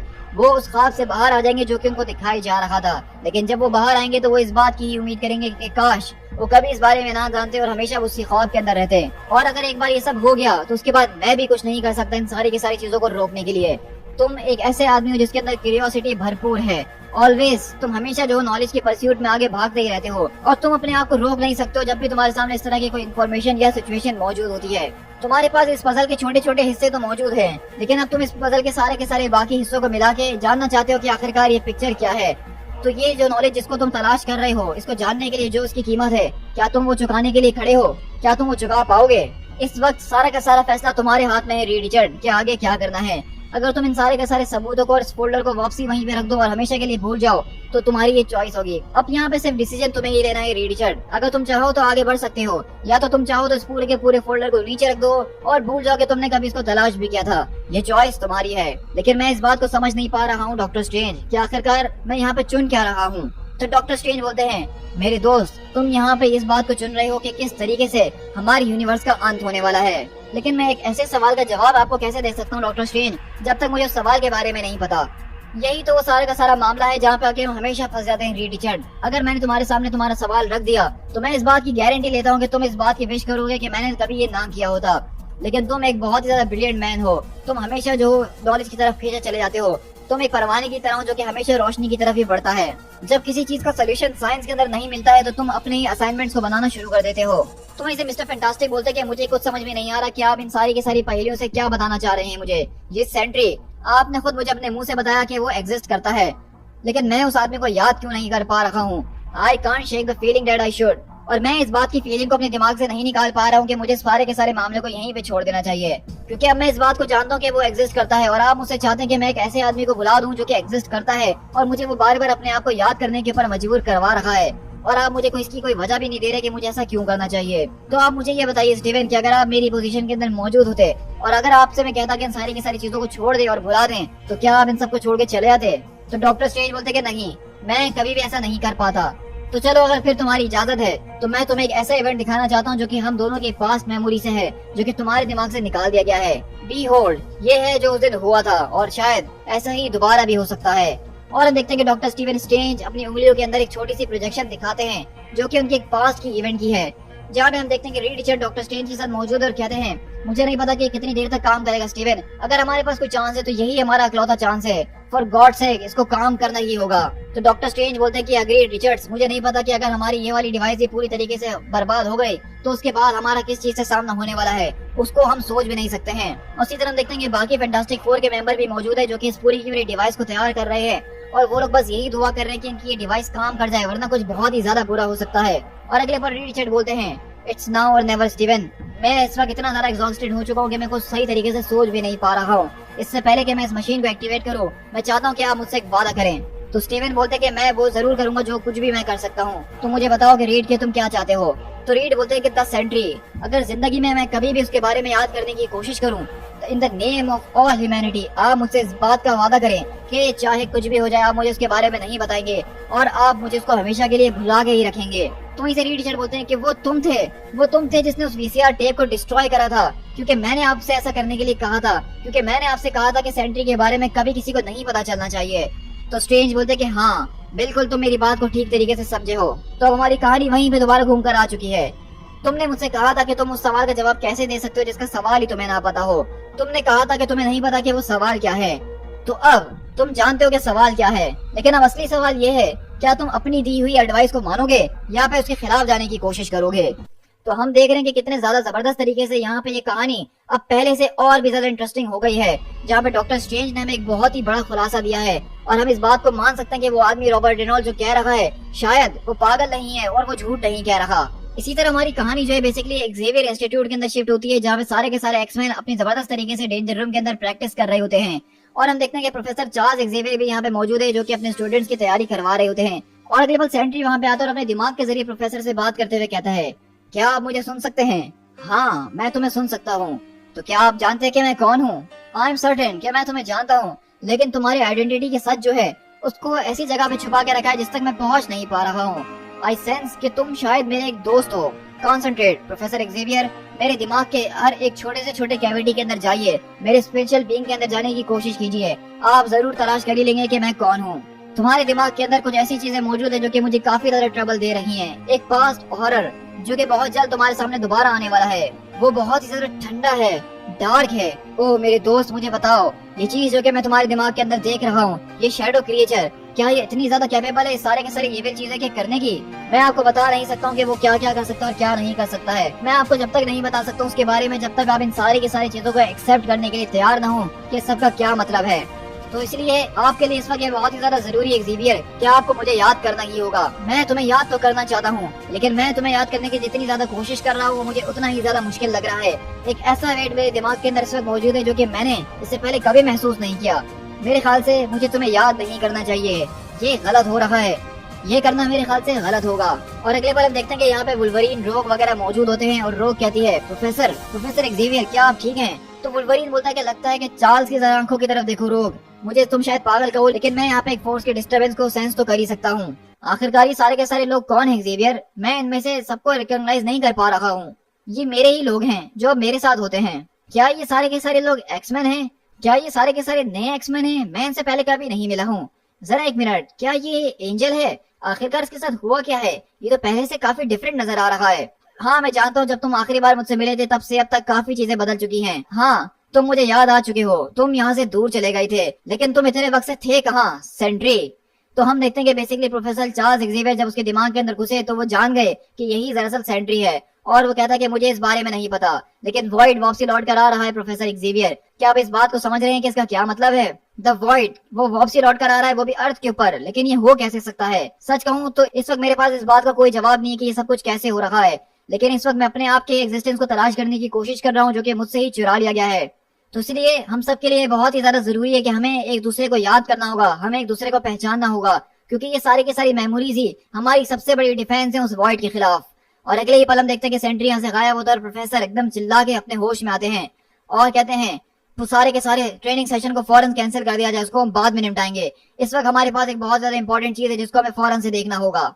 और अगले पल हम यहाँ से बेसिकली एक जबरदस्त तरीके की जगह के ऊपर शिफ्ट होते हैं जहाँ पे कुछ सुपर हीरोज जो कि अमेरिका के नहीं बल्कि कहीं और किसी और कंट्री के हैं, वो यहाँ पे किसी बीइंग से मुकाबला कर रहे हैं। और अगले पल वो यहाँ पे एक बैकअप के लिए रिक्वेस्ट कर रहे होते हैं क्योंकि उनकी हालत काफी ज्यादा बुरी हो चुकी है, तकरीबन उनकी पूरी की पूरी टीम को बर्बाद कर दिया गया है।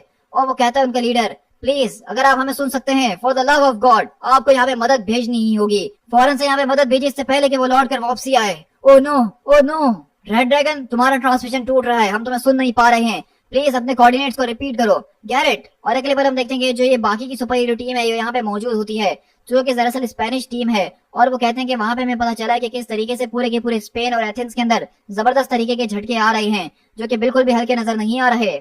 हमारे पास वो सारी की सारी रिसोर्सेज मौजूद नहीं है जिसके जरिए हम इन सब चीजों से निपट सकें। आपको मेरी बात सुननी होगी सेवन, हमें जो है अमेरिकन सुपर हीरो की असिस्टेंस लेनी ही होगी। और हम देखते हैं कि बेसिकली इनके सारे के सारे जो सुपर हीरोज होते हैं, जो इनके सारे के सारे लीडर्स होते हैं, वो एक एक करके मरना शुरू हो चुके हैं। यानी कि कोई ना कोई चीज है जो कि उनके सारे के सारे लोगों को मार रही है। और वो कहती है हम इस बात को नहीं जानते कि ये सब कुछ क्या हो रहा है, लेकिन हमारे लीडर जब उनके हेडक्वार्टर के अंदर गए तो वो वहाँ पे सुसाइड करके बैठे हुए थे। हम लोग मुकम्मल तौर पे कंट्रोल खोते ही जा रहे हैं सेवन, हम इस बात को नहीं जानते कि हम कब तक ये सब चीजें होल्ड कर पाएंगे, हमें मदद की जरूरत है।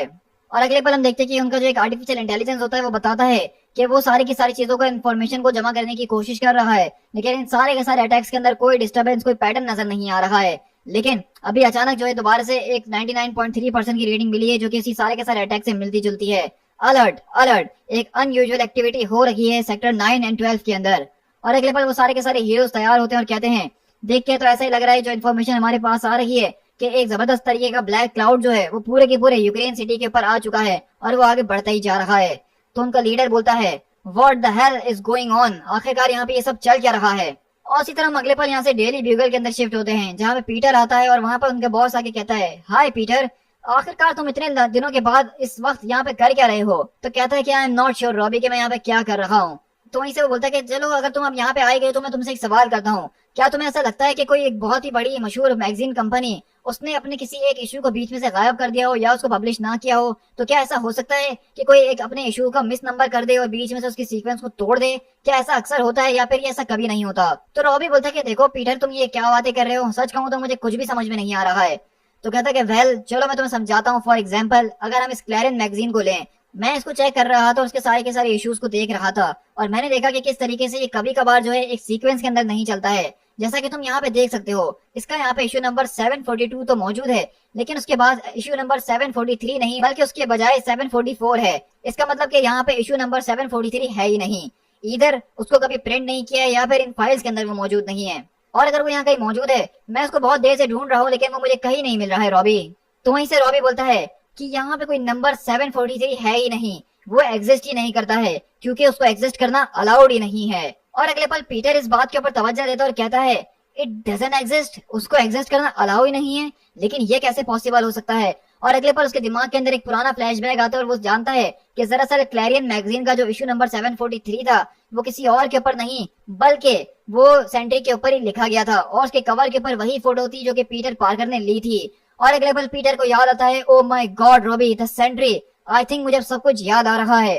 तो हम देख रहे हैं कि कितने ज्यादा जबरदस्त तरीके से यहाँ पे अब जो सेंट्री जिसको हम कुछ टाइम तक एक पागल समझ रहे थे, एक नशेड़ी समझ रहे थे, आहिस्ता आहिस्ता करके सारी की सारी कड़ियां मिलना शुरू हुई हैं और ऐसा लग रहा है कि सारी की सारी दुनिया जो है उसके बारे में भूल चुकी है इंडीड, और वो सच बोल रहा है इतने वक्त से। और अगले पल स्पाइडरमैन को भी सेंट्री का वजूद याद आना शुरू हो चुका है। इसी के बाद हम यहाँ से एक जबरदस्त तरीके की मीटिंग के अंदर शिफ्ट होते हैं, जहाँ पे सारे के सारे लोग सूट बूट के अंदर मौजूद होते हैं और इसी मीटिंग के अंदर यहाँ पे कोई और नहीं बल्कि टोनी स्टार्क भी मौजूद होता है। और वो अचानक कहता है would you excuse me for a moment please gentleman. और अगले पल वो एक कॉरिडोर की तरफ जाता है जहाँ पे उसकी चमकती हुई रोशनी नजर आती है और हम देखते हैं कि वहाँ पे कोई और नहीं बल्कि बॉब रेनॉल्ड्स होता है और कहता है ये सब क्या हो रहा है टोनी, आखिरकार उन लोगों ने ये सब क्यों किया है। तो टोनी बोलता है ये बॉब रेनॉल्ड्स है ना, क्या मैंने ठीक कहा? मैंने तुम्हें काफी ज्यादा लंबे अरसे से नहीं देखा रॉबर्ट, आखिरकार तुम अपने आप को कहाँ छुपा के रखे हुए थे। तो इसे रॉबर्ट बोलता है कि मैं सब कुछ याद कर चुका हूँ टोनी, लेकिन क्यों, आखिरकार मेरे साथ ही तुम लोगों ने ये सब क्यों करा।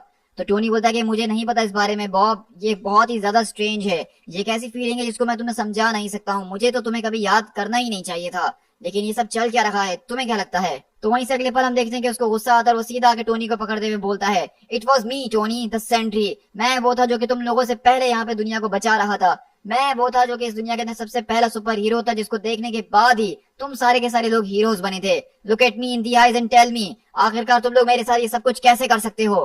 तुम सब कुछ याद करना चाहते हो सेंट्री, लेकिन तुम याद नहीं कर पा रहे हो कि उस दिन क्या हुआ था, बस तुम इतना जानते हो कि वहां पे कुछ बुरा हुआ था। और इसी तरह हम पुराने फ्लैशबैक के अंदर जाते हैं जहाँ पे सेंट्री जो है सारे के सारी सुपर हीरो कम्युनिटी और एवेंजर्स के सामने मौजूद होता है, जहाँ पे डॉक्टर स्ट्रेंज बोलते हैं सेंट्री मैं ये सारी की सारी बातें हम सब की तरफ से करने वाला हूँ, हम इस बात को जानते हैं कि हम सब के बीच तुम हाईएस्ट रिगार्ड रखते हो और हम तुम्हारी बहुत ही ज्यादा इज्जत भी रखते हैं, लेकिन जो हमारे सामने एक नई रेवोल्यूशन आई है उसके बाद हमें इसके बारे में कुछ ना कुछ तो करना ही होगा, किसी ना किसी को तो उसकी जिम्मेदारी लेनी ही होगी ना। तो आयरन मैन बोलता है कि ये सारी की सारी बातें करना बिल्कुल पागलपन है। क्या हम इन सारी की सारी बातों को भूल रहे हैं कि हम यहाँ पे बात किसकी कर रहे हैं? हम यहाँ पे सेंट्री की बात कर रहे हैं। ये वो आदमी जिसने हजारों बार हमारी जिंदगी को बचाया है। और क्या हम ये भी भूल जाएं कि इसने हल के साथ क्या क्या चीजों को अकम्प्लिश करा है जो कि हम कभी नहीं कर पाए थे? तो सेंट्री बोलता है कि आयरन मैन इट्स ओके, सच में तुम्हें इतना ज्यादा गुस्सा होने की जरूरत नहीं है, और वैसे भी मैं ये सारे के सारे काम तुम लोगों से काफी पहले से करते हुए आ रहा हूँ, तो इसलिए कम से कम मुझे तो इस बारे में पता होना ही चाहिए कि क्या चीज सही है और क्या चीज गलत है। तो थॉर बोलता है कि देखो हम इस वक्त जानते हैं कि हमारे सामने इस वक्त क्या मुश्किल आई हुई है सेंट्री, लेकिन उसको सुलझाने के लिए हमें कोई बड़ा ही कदम लेना पड़ेगा और उसके लिए एक बड़ी हिम्मत की भी जरूरत पड़ने वाली है। तो कैप्टन अमेरिका बोलते हैं कि थॉर बिल्कुल ठीक कह रहा है रॉबर्ट, हम देख रहे हैं कि तुम आजकल अपने सीरम के ऊपर कुछ ज्यादा ही रिले करने की कोशिश कर रहे हो और उसको कुछ ज्यादा ही कंज्यूम कर रहे हो, तो क्या तुम हमसे ये बात कह सकते हो कि ये बात गलत है? तो सेंट्री बोलता है कि मैं आप लोगों से अर्ज करता हूँ कि आप लोग अपनी इस बात को दोबारा रिकंसीडर कीजिए, आप सब के सब, क्योंकि इस सिचुएशन को आप अपने एडवांटेज में हासिल कर सकते हैं। मैं इस बात को जानता हूँ, वॉइड के अंदर कभी इतनी हिम्मत थी ही नहीं कि वो दोबारा अर्थ के ऊपर लौट कर आता। तो वहीं से देखते कि हम जायंट मैन बोलता है कि देखो सेंट्री, हम इस बारे में नहीं जानते कि वो क्या कर सकता और क्या नहीं कर सकता, और ना ही तुम इस बारे में जानते हो। और वहीं से मिस्टर फैंटास्टिक बोलते हैं क्या तुम इस बात को भूल रहे हो रॉबर्ट कि तुमने ही मुझसे एक बार कहा था कि अब वक्त आ चुका है हमारे विजिलेंस होने का, अब वक्त आ चुका है हम सब अपने अंदर झांकें और देखें कि हमारे बीच सबसे ज्यादा क्या चीज मैटर करती है। हमें उस पूरे के पूरे पॉइजन से लड़ना होगा जो कि हमारे अंदर मौजूद है। ये सब हमें करना होगा पूरी की पूरी मैनकाइंड को बचाने के लिए। और अगले पल सेंट्री वहाँ पे खामोश हो जाता है, लेकिन यहाँ पे एक आदमी अचानक बोलता है चलो अब इस बात को डिसाइड कर लिया गया है, for all intents and purposes Sentry को यहाँ पे मरना ही होगा। और हम देखते हैं कि रॉबर्ट प्रेजेंट डे के अंदर टोनी से पूछता है आखिरकार वो कौन था टोनी? तुम तो उस दिन मेरे लिए खड़े हुए थे, तुमने मेरे लिए आवाज उठाई थी, लेकिन आखिरकार वो कौन था जिसने मुझे उस दिन मारने के बारे में डिसीजन दिया था और किसने ये बात को डिसाइड करा था? क्योंकि मैं उसको याद नहीं कर पा रहा हूँ कि आखिरकार वो कौन था जिसने मेरी जिंदगी का ये हाल करा है। मैं उसको याद करने की कोशिश कर रहा हूँ, मैं जानना चाहता हूँ, लेकिन वो कौन है मुझे याद नहीं आ रहा। तो वहीं से टोनी बोलता है कि देखो इस सब का कोई फायदा नहीं है रॉब, क्योंकि मैं इनको याद करने की कोशिश करता हूँ और मुझे लगता है कि मैं बहुत करीब पहुंच चुका हूँ, लेकिन जैसे ही मैं उस फ्रेगमेंट को हासिल करने के लिए करीब बढ़ता हूँ तो अचानक वो पूरे का पूरा पजल दोबारा से मेरे सामने टूट जाता है और उसके और भी छोटे छोटे टुकड़े हो जाते हैं। मैं जितनी भी कोशिश कर लूँ लेकिन उस वक्त को, उस बात को दोबारा याद नहीं कर पाता हूँ। तो वहीं से रॉब बोलता है कि देखो मैं इस बात को जानता हूँ कि अभी हमारे पास वक्त नहीं है इन सारी की सारी बातों को याद करने का और पता लगाने का कि उस दिन क्या हुआ था, लेकिन मैं इतना जरूर जानता हूँ कि तुम मेरे लिए लॉयल थे उस दिन भी, तो आज भी जरूर होगे, और अब मुझे तुम्हारी मदद की जरूरत पड़ने वाली है। वो वापसी लौट कर आ रहा है टोनी, और मैं तुम्हारे पास इसलिए आया हूँ ताकि तुम अपने साथ अपने सारे के सारे सुपर हीरोज को मदद के लिए खड़ा कर सको। क्या तुम मेरी बात को समझ रहे हो कि मैं तुमसे क्या कहना चाहता हूँ? तो हम देखते हैं कि अगले पल रॉब वहाँ से उड़ना शुरू कर देता है सेंट्री के कॉस्ट्यूम के अंदर आके, और वहीं से टोनी बोलता है क्या मतलब है तुम्हारा दी वॉइड? रॉबर्ट, क्या सच में तुम्हारे कहने का मतलब है कि वॉइड लौट कर वापसी आ रहा है? ओह गॉड हेल्प अस ऑल। तो हम देख रहे हैं कि बेसिकली ये वॉइड जो भी कोई खतरनाक किस्म की चीज है, ये इतनी ज्यादा खतरनाक है कि यहाँ पे iron man, doctor strange, mister fantastic सारे के सारे लोग उसके नाम को सुन के ही डर रहे हैं। यहाँ तक कि इनक्रेडिबल हल्क भी, जो कि लिटरली किसी चीज से नहीं डरता है। आखिरकार इस सब का क्या मतलब है सेंट्री? अब जैसा कि तुम्हें तकरीबन अपनी हर एक चीज याद आना शुरू हो चुकी है, ये मेमोरी तुमसे क्या कह रही है कि तुम एक हीरो थे लेकिन वहाँ पे कुछ हुआ था। तुम इस बात को जानते हो कि इसके अंदर तुम्हारी गलती नहीं थी, लेकिन तुम्हें किसी ने धोखा देने की कोशिश करी थी, तुम्हें किसी ने पूरी की पूरी दुनिया से भुलवा दिया था। एक्सेप्ट तुम इस बात को जानते हो अपने ही अंदर कि ये चीजें इतनी भी ज्यादा सिंपल नहीं है। अगर तुम्हें किसी ने धोखा दिया भी था तो शायद उसके पीछे कोई रीजन होगा, वो इतना ज्यादा सिंपल नहीं हो सकता है। यहाँ पे ऐसा बहुत कुछ है जो कि तुम्हें पता करने की कोशिश करनी है। और अगले ही पल हम देखते हैं कि यहाँ पे रॉब बेसिकली उड़ते उड़ते, जो कि एक आम से कपड़ों के अंदर मौजूद होता है, अचानक वो अपने पूरे के पूरे सेंट्री कॉस्ट्यूम के अंदर आ गया है, और अब एक एक करके ऐसा लग रहा है कि सेंट्री की कहानी वो सच होते जा रही है। और अगले पल हम देखते हैं कि सेंट्री यहाँ पे गलियों के अंदर घूम रहा होता है और तलाश करने की कोशिश कर रहा होता है कि उसको वो एक चीज मिल जाए जिसके जरिए उसको अपने सारे के सारे सवालों के जवाब मिल सकते हैं। और जैसे ही वो यहाँ पे घूम रहा होता है तो उसके सामने एक नजर पड़ती है टावर की तरफ, और अगले पल हम देखते हैं कि वहाँ पे कुछ और नहीं बल्कि उसको अपना फोर्ट्रेस द वॉच टावर नजर आता है, जो कि सेंट्री का पहले कभी घर उसका हेडक्वार्टर हुआ करता था। अब जैसा कि सेंट्री जो है वापसी आना लोगों के दिमाग में शुरू हो चुका है, उसके बारे में सब कुछ याद आ रहा है लोगों को, तो उसका वॉच टावर भी अब वापसी आना शुरू हो चुका है। और इसी तरह हम अगले पल यहाँ से शिफ्ट होते हैं उसी वॉच टावर के ऊपर जहाँ पे सेंट्री आया है, और वहीं से आवाज आती है आपको इतने टाइम के बाद वापसी देख के काफी अच्छा लगा सर, तुम्हारा बहुत शुक्रिया क्लॉक, लेकिन क्या तुम जानते हो कि मैं इतने वक्त से कहाँ पे था?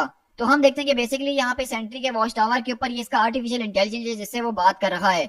तो वहीं से क्लॉक बोलता है कि आई एम सॉरी सर, लेकिन मैं आपके सवाल का जवाब नहीं दे सकता हूँ। ऐसा लगता है कि मेरे इस पूरे के पूरे सिस्टम के अंदर एक सेल्फ मॉडिफाइंग लूप वायरस को डाला गया है, जिसके बारे में मैं जानता तो हूँ लेकिन मुझे उसको निकालने की इजाजत नहीं है, और मैं आपसे भी इसी बात की रिक्वेस्ट करूंगा कि आप उसके साथ छेड़खानी करने की ना ही कोशिश कीजिएगा।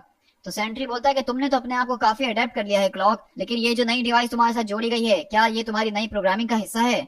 तो क्लॉक बोलता है कि नहीं सर, जिस डिवाइस को आप इस वक्त देख रहे हैं और स्टडी करने की कोशिश कर रहे हैं, ये सिर्फ एक छोटा सा ट्रांसमीटर है। इस डिवाइस के जरिए एक सबनिवल मैसेज को जो है इमिशन किया जा रहा है, जो कि इतना ज्यादा पावरफुल सिग्नल है, जो कि पूरे के पूरे अर्थ के चारों तरफ फैल रहा है, यहाँ तक कि अर्थ के एटमॉस्फेयर से बाहर भी जा रहा है। और इस डिवाइस को जो चीज पावर करती है वो कुछ और नहीं बल्कि आपका ही अपना सिरम है, जिसके जरिए आपको शक्तियां मिलती हैं। सर, तो क्या तुम जानते हो कि इस डिवाइस को यहाँ पे क्यों रखा गया है? मुझे माफ कीजिएगा सर, लेकिन मैं आपके सवाल का जवाब नहीं दे सकता हूँ। तुम क्लॉक की प्रोग्रामिंग को बहुत अच्छे तरीके से जानते हो और तुम इस वक्त इस बात का अंदाजा लगा ही रहे हो कि किस तरीके से वो इस वायरस से लड़ने की कोशिशें अपने अंदर ही अंदर कर रहा है। और अगर तुम क्लॉक की आवाज के ऊपर ध्यान दो, उसको केयरफुली सुनने की कोशिश करो, तो तुम देख सकते हो कि किस तरीके से उसके वोकल पैटर्न्स के अंदर कुछ अजीब सी डिस्टर्बेंस महसूस हो रही है। वो ऐसा लग रहा है कि तुम्हें कुछ बताने की कोशिश कर रहा है, लेकिन उसको रोका जा रहा है। तो वहीं से सेंट्री बोलता है इस पूरे के पूरे ट्रांसमीटर के चारों तरफ एक कंटेनमेंट फील्ड बनाओ। मैं इसकी हर एक डिटेल को हासिल करना चाहता हूँ उसको छूने से पहले। लेकिन क्या वाकई में तुम्हें लगता है कि तुम्हें इससे कुछ जानने की जरूरत भी है? क्योंकि यही वो ट्रांसमीटर है जिसके जरिए तुम्हें इस पूरी की पूरी इंसानी यादों से मिटा दिया गया था। यही वो ट्रांसमीटर है जिसको तुम जानते हो कि इतने टाइम से यहाँ पे गूंजने के लिए छोड़ दिया गया था तुम्हारे अपने फोर्ट्रेस के ऊपर, ताकि तुम्हारे एग्जिस्टेंस को यहाँ पे दुनिया भर के सारे लोगों की मेमोरी से मिटा दिया जाए। इसीलिए इस ट्रांसमीटर को यहाँ पे रखा गया है। लेकिन असल बात यहाँ पे जानने वाली ये है कि आखिरकार इस डिवाइस को यहाँ पे प्लांट किसने करा है और उसके पीछे रीजन क्या है। इस बात को हम जानते हैं कि जिस किसी ने भी इस ट्रांसमीटर को यहाँ पे लगाया है वो हमारे सिस्टम को अच्छे तरीके से जानता होगा, जिसका मतलब वो कोई ऐसा शख्स है जिसके ऊपर तुम्हें पूरा भरोसा था। तो वहीं से सेंट्री बोलता है कि क्लॉक, मैं चाहता हूँ कि तुम इस ट्रांसमीटर को डिसेबल कर दो। मुझे माफ कीजिएगा सर, मैं आपकी ये बात मान नहीं सकता हूँ।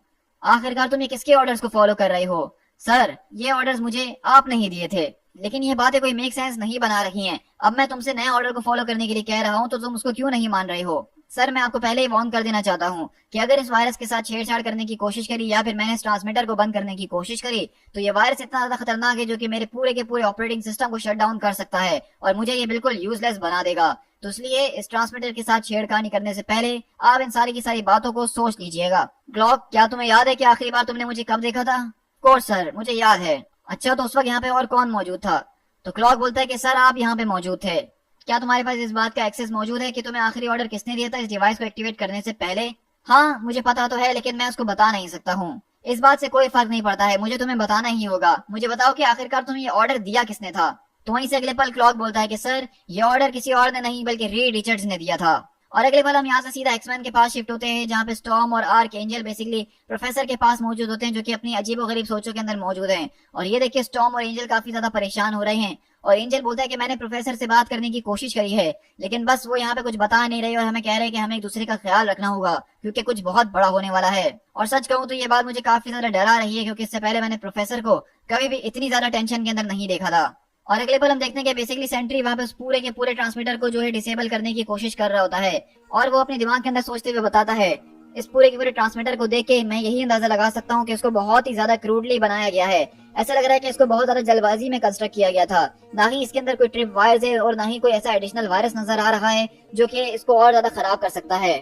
और जैसे जैसे मैं इसको डिसेबल करता जा रहा था तो मुझे महसूस हुआ कि कितने आसानी से मैं इसको डिसेबल कर सकता था। और यहाँ पे क्लॉक को सिर्फ इस बात के अंदर उलझाने की कोशिश की गई थी कि ये खतरनाक हो सकता है, जबकि इसमें ऐसा कुछ भी नहीं था।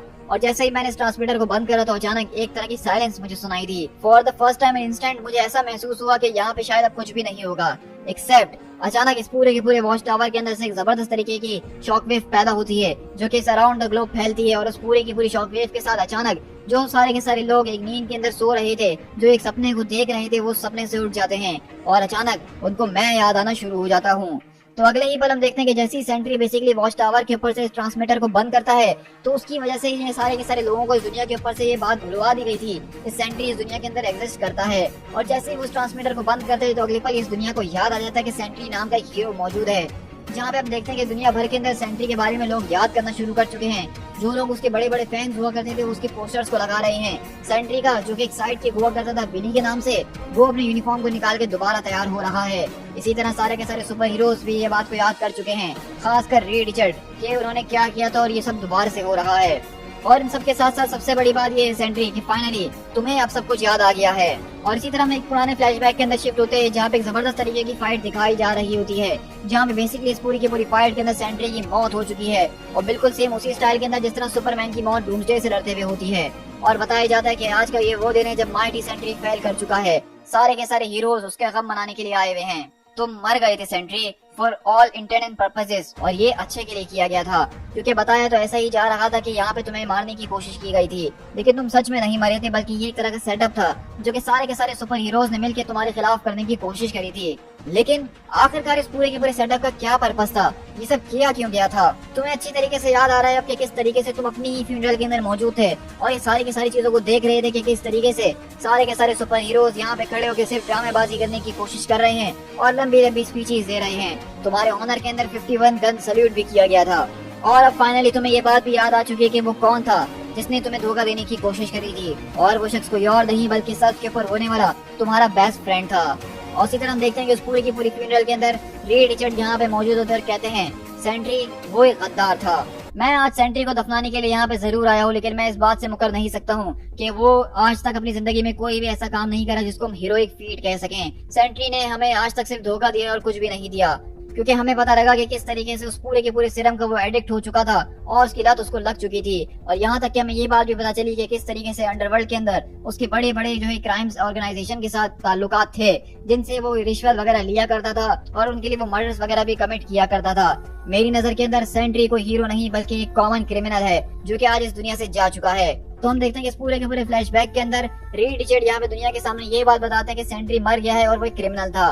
और ये बात सुन के हम देखते हैं कि सेंट्री जैसा कि अब सब कुछ याद कर रहा है तो वो कहता है कि ये सब कुछ एक झूठ है। तुम्हारा बेस्ट फ्रेंड मिस्टर फैंटास्टिक, उसने ही तुम्हें इस हालत के अंदर भेजा है, वही है जिसने तुम्हें लोगों की नजरों के अंदर डिस्ट्रॉय किया था, और सबके बाद जो कुछ भी तुम्हारा बचा कुचा था उसने उसको भी दफना दिया है। तुमने कभी किसी को धोखा नहीं दिया था सेंट्री, बल्कि वो तुम थे जिसको धोखा दिया गया था। और हम देखते हैं कि अब बेसिकली रॉब को ये सारी की सारी बातें याद आ चुकी है और वो अपने पूरे के पूरे सेंट्री कॉस्ट्यूम के अंदर भी आ चुका है, और अगले पल वो गुस्से में यहाँ पे तोड़फोड़ शुरू कर देता है। लेकिन इसी तरह हम देखते हैं कि सेंट्री यहाँ पे उड़ता हुआ वापसी अपने घर की तरफ आता है अपने डॉग के पास, और अगले पल हम देखते हैं कि उसकी वाइफ आती है और कहती है कि बॉब, ओ गॉड बॉब, मुझे माफ कर देना, मैं समझ नहीं पा रही हूँ कि मैंने तुम्हारे ऊपर शक कैसे करा। मैं नहीं जानती, लेकिन मैं तुम्हें सच में याद नहीं कर पा रही थी, लेकिन अब मुझे सब कुछ याद आ गया है कि तुम ही सेंट्री हो। तुमने अब तक सच में बहुत कुछ इंड्योर किया है बॉब, मुझे सच में समझ में नहीं आ रहा कि मैं तुमसे कैसे माफी मांगू। मैं तो तुम्हें अब तक सिर्फ एक पागल समझ रही थी और तुमने मुझे अब तक पता नहीं कैसे बर्दाश्त किया होगा। तो सेंट्री बोलता है कि इट्स ओके लिंडी, रियली, क्योंकि इसके अंदर तुम्हारी कोई गलती नहीं है। और इसी तरह हम देखते हैं कि लिंडी बेसिकली यहाँ पे उससे काफी ज्यादा सॉरी वगैरह करती है और समझाने की कोशिश करती है कि उसको सच में कुछ भी याद नहीं आ रहा था, लेकिन अब उसको सब कुछ याद आ गया कि उसको एक ट्रेटर बना दिया गया था, उसको मारने की कोशिश की गई थी और उसका नामो निशान इस दुनिया से मिटा दिया गया था। तो वहीं से सेंट्री बोलता है कि तुम ठीक कह रही हो लिंडी, ये सब कुछ झूठ था, ये सब रीड रिचर्ड का किया धरा है, उसने ही मुझे इस पूरे के पूरे सेटअप के अंदर फंसाया है, लेकिन मैं इस बारे में नहीं जानता हूँ कि उसने ये सब किया था तो क्यों किया था, क्योंकि इन बातों का कोई मेक सेंस नहीं बन रहा। क्योंकि मेरी जिंदगी के अंदर वो एक ऐसा इंसान था जिसको मैं अपना बेस्ट फ्रेंड मानता था, जिसके ऊपर मैं अपनी जिंदगी को लेकर ट्रस्ट करता था, तो आखिरकार उसने मेरे साथ ये बिना किसी वजह के क्यों किया है। लेकिन अगले पल हम देखें कि सेंट्री इस बारे में थोड़ा सा और सोच सके कि आखिरकार ये सब कुछ क्या चल रहा है, आखिरकार मिस्टर फैंटास्टिक ने उसको धोखा देके दुनिया की नजरों से क्यों मिटाया था। अगले पल उनका जो डॉग होता है वो भौंकना शुरू कर देता है, तो सेंट्री बोलता है कि वॉच डॉग, आखिरकार क्या हो गया है, क्या यहाँ पे कोई गड़बड़ है। लेकिन अगले ही पल हम देखते हैं कि वहाँ पे दरअसल कोई और नहीं बल्कि दी वॉइड आ चुका है, और वो यहाँ पे लिंडी को अपने साथ उठाते हुए बोलता है, तुम्हें मेरी बात के ऊपर विश्वास करना ही चाहिए था सेंट्री, क्या तुम नहीं जानते हो कि मैं अपने वादों का कितना ज्यादा पक्का हूँ। एक कदम भी आगे बढ़ा है गोल्डन बॉय तो तुम्हारी औरत की जिंदगी में उससे छीन लूंगा। The darkness has yet to fall. हाँ, हो सकता है कि मैं अभी इतना ज्यादा शक्तिशाली नहीं हूँ कि उसकी गर्दन को उसकी धड़ से अलग कर सकूं, लेकिन क्या तुम आगे बढ़ के इस चांस को लेना चाहोगे और चेक करना चाहोगे कि मेरे अंदर कितनी ताकत है और कितनी नहीं। और अगले पल हम देखते हैं कि यहाँ पे वॉइड सेंट्री के ऊपर एक जबरदस्त तरीके के टेंडल से अपने अटैक करता है। हमेशा की तरह वही पुराना सेंट्री जो कि बच्चों की तरह एक हार्ट ऑफ वैक्स रखता है। मैंने तुमसे कहा था कि मैं लौट कर जरूर आऊंगा रॉबर्ट, और तुम भी अपनी सोल की गहराइयों के अंदर इस बात को जानते थे कि मैं तो जरूर लौट कर आऊंगा ही।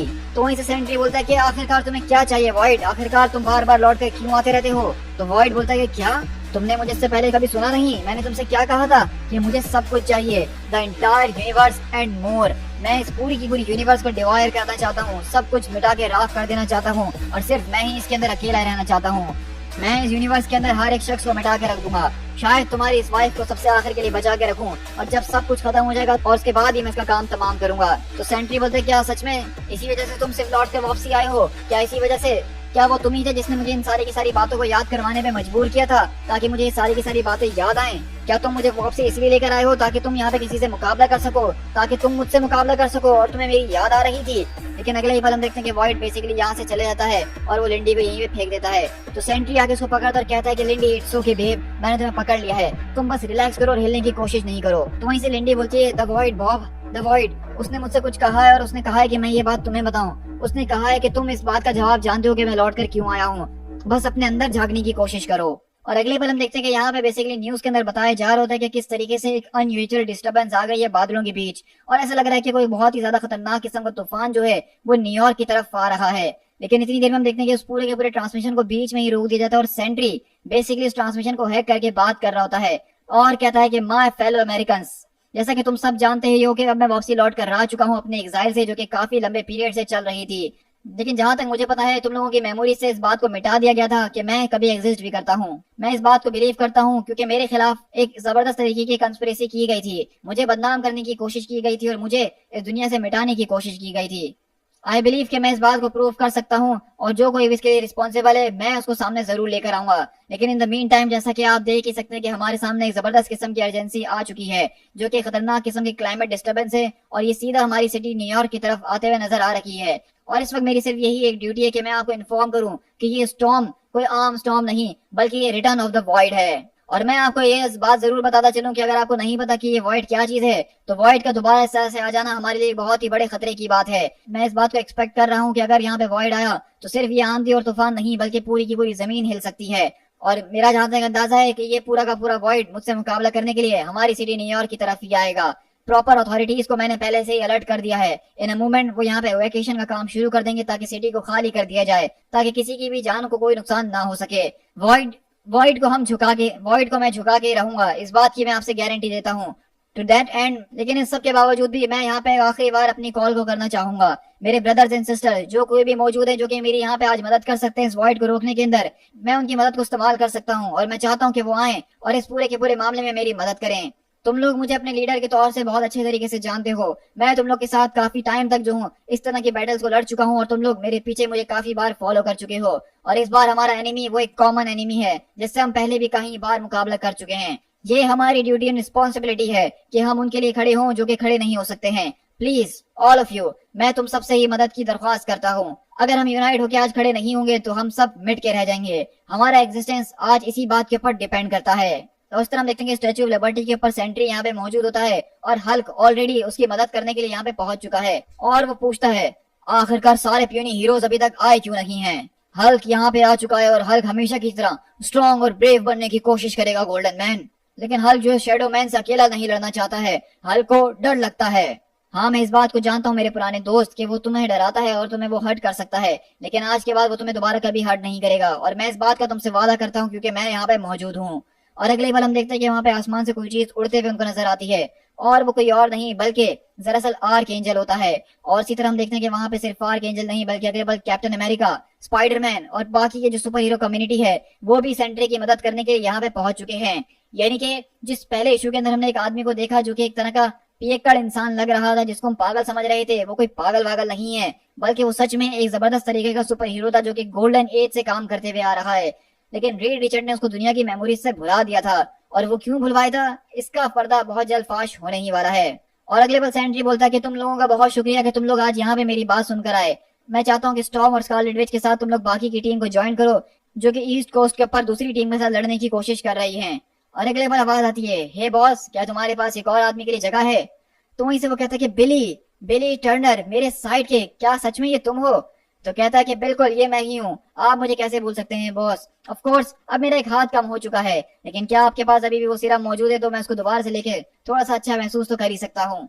तो हम देखते हैं कि बेसिकली ये यहाँ पे कोई और नहीं बल्कि स्काउट है जो कि सेंट्री का एक तरह का साइड किक था जिस तरह बैटमैन का रॉबिन होता है। लेकिन अगले ही पल हम देखते हैं कि यहाँ पे जब इनकी बातें चल रही होती है तो वहां पे कोई और नहीं बल्कि रीड रिचर्ड यहाँ पे आते हैं और सेंट्री इनको देख के कहता है कि तुमने मुझे धोखा दिया था रीड, तुमने उस वॉच टावर के ऊपर डिवाइस को डिजाइन किया था क्योंकि तुम ही सारी की सारी वॉच टावर और क्लॉक की टेक्निकल चीजों को जानते थे और उसको बाईपास कर सकते थे। तुमने ही उसको वो ऑर्डर दिया था जिसके जरिए मुझे लोगों की मेमोरी से मिटा दिया गया। तुमने आखिरकार ये सब क्यों करा? क्या तुम्हारे लिए इतना काफी नहीं था कि तुमने मुझे जान से मार दिया था, कि तुमने मुझे लोगों के दिमाग से भी भुलवा दिया और जो चीज मैंने इतनी मेहनत से बनाई थी उस सबको डिस्ट्रॉय कर दिया? तो रीड रिचर्ड बोलते कि नहीं, मुझे अभी भी ये बात याद नहीं आ रही कि मैंने ये सब क्यों करा रॉबर्ट, लेकिन मैं इतना जरूर जानता हूँ कि तुम तो मेरे बेस्ट फ्रेंड हुआ करते थे और सच कहूँ जो मेमोरीज मेरे दिमाग में तुम्हारी मौजूद हैं उन सबको अगर मैं अपने ध्यान में रखूं तो मैं कभी ऐसा कर ही नहीं सकता हूँ तुम्हारे साथ। तुम्हें मेरी इस बात पे विश्वास करना होगा। तो सेंट्री बोलता है कि नहीं, मैं तुम्हारी किसी बात पे कोई विश्वास नहीं करूंगा। तुमने मुझसे पहले एक बार कहा था कि मैं तुम पे ट्रस्ट कर सकता हूँ, लेकिन मैंने देख लिया कि तुमने मेरे उस ट्रस्ट के साथ क्या करा है, और अब मैं दोबारा ट्रस्ट नहीं करूंगा। एक बार तुमने मुझसे कहा था कि तुम अपनी जिंदगी के साथ मुझ पर ट्रस्ट करते हो, और मैंने कहा था कि मैं भी अपनी जिंदगी के साथ तुम पर ट्रस्ट करता हूँ, और हम हमेशा ही करेंगे। लेकिन कितनी आसानी से तुम ये सारी की सारी बातें भूल गए रीड, तुम ये सब कैसे कर सकते हो। लेकिन इसी तरह हम देखते हैं यहाँ पे मौसम काफी ज्यादा खराब होना शुरू हो चुका है, और सेंट्री सबको सारे के सारे हीरोज को लेकर यहाँ पे तैयारी में खड़ा हुआ है वॉइड की कि वो यहाँ पे आए और वो सब मिलके इसको रोकें। जहाँ हम देखते हैं कि Sentry, Thor, Spiderman, Captain America और हल्क जैसे जबरदस्त किस्म के हीरोज यहाँ पे सेंट्री का साथ देने के लिए पहुंच चुके हैं। तो इसी के बाद हम देखते हैं कि यहाँ पे जिस तरीके से सारे के सारे सुपर हीरोज जमा हो चुके हैं, तो वहीं पे सेंट्री सारे के सारे सुपर हीरोज के सबसे आगे खड़ा हुआ इन सब चीजों को लीड कर रहा है, और वो अपने ही अंदर सोच रहा है, इन अ फ्यू मोमेंट्स तुम इस पूरी की पूरी दुनिया के अंत को फेस करने के लिए जाने वाले हो। सच कहा जाए तो उस चीज को काफी ज्यादा वक्त हो चुका है। वो आ रहा है सेंट्री, तुम्हारा आर्च नेमेसिस द वॉइड, जो कि ऐसा खतरनाक किस्म का क्रिएचर है जो कि ब्लैकेस्ट ऑफ नाइट से मिलके बना है, जो कि ऐसी खतरनाक किस्म की डार्कनेस है जो कि किसी भी चीज को अपने अंदर निगल सकती है। तो आखिरकार तुम ऐसी चीज से मुकाबला कैसे करोगे जो कि इतनी ज्यादा खतरनाक है? आखिरकार तुम ऐसी चीज के सामने कैसे खड़े होगे जिसके बारे में तुम जानते हो कि कोई शक नहीं है कि वो आर्मीज की आर्मीज को भी मिटा सकता है, और तुम अपने दिल और दिमाग के अंदर इस बात को जानते ही हो कि ये करना आसान नहीं होने वाला है। तुम्हारे पीछे तुम्हारे साथी खड़े हुए हैं, वो भी इस पूरे के पूरे एंड ऑफ ऑल थिंग्स की तैयारी कर रहे हैं, और इस सब का सिर्फ एक ही मतलब है, नो मोर हीरोज, नो मोर वर्ल्ड, नो मोर यूनिवर्स। अगर वॉइड यहाँ पे आता है और ये पूरी की पूरी फर्स्ट वेव उसको रोकने में नाकामयाब होती है, तो उसका पूरा का पूरा इन्फ्लुएंस यहाँ पे इस दुनिया के ऊपर एक कैंसर की तरह फैलना शुरू होगा, और उसके बाद तुम जानते ही हो कि उसको रोकना कितना ज्यादा मुश्किल हो जाएगा। इसको जितनी जल्दी रोक लिया जाए उतना ही ज्यादा तुम्हारे लिए बेहतर है। तुम इस बात को जानते हो कि वॉइड कभी भी हमेशा हमें एक जैसा नहीं दिखता है, वो कभी किसी रूप में आता है तो कभी किस रूप में आता है। तो क्या तुमने इस बारे में सोच के देखा है कि आखिरकार वॉइड आज किस रूप के अंदर आने वाला है? आखिरकार वो आज कैसा महसूस होने वाला है? आज कौन मरेगा और कौन जिएगा? और इसी तरह हम देखते हैं कि बेसिकली सेंट्री के दिमाग के अंदर ये सारे के सारे ख्यालात आ रहे होते हैं, और वो हमें यहाँ पे ही बताना चाह रहे हैं कि किस तरीके से ये जो वॉइड एक पर्सनैलिटी है ये इतनी ही ज्यादा खतरनाक है कि यहाँ पे सारे के सारे सुपर हीरोज का माइट मिलके भी जो है वो इनको नहीं रोक सकता है। क्योंकि अगले ही पल हम देखते हैं कि वॉइड यहाँ पे जबरदस्त तरीके से अपने बड़े बड़े टेंटिकल्स को लेकर आता है, जहाँ पे कैप्टन अमेरिका अपनी शील्ड से उसको ब्लॉक करने की कोशिश करते हैं, और सेंट्री खुद ये चीजें ऑब्जर्व कर रहा होता है और हमें साथ में बता रहा होता है कि किस तरीके से वो महसूस कर सकता है कि कैप्टन अमेरिका की इनक्रेडिबल शील्ड उसके टेंड्रिल्स के आगे फीकी पड़ती हुई नजर आ रही है। मिस्टर फैंटास्टिक अपनी बॉडी को स्ट्रेच कर रहे हैं और बचने की सारी कोशिशें कर रहे हैं। वहीं पे इनक्रेडिबल हल्क इस पूरे की पूरी डार्कनेस से लड़ने की कोशिश कर रहा है और उससे डर भी रहा है, और जो सूरज मैंने उसके लिए बनाया है वो उसको प्रोटेक्ट करने की पूरी पूरी कोशिश कर रहा है। और स्पाइडरमैन के सामने वॉइड उसकी खतरनाक किस्म के आर्च नेमेसिस की सूरत में आया है, जो कि उसको सारी जिंदगी से हॉन्ट कर रहा था। हर एक सुपर हीरो अपने हिसाब से मुकाबला करने की कोशिश कर रहा है। लियोनार्ड सैमसंग की तरफ शिफ्ट हो तो वो यहाँ पे बहुत ज्यादा हीरोज को रेस्क्यू करने की कोशिश कर रहे, मलबे से दूर हो रही है।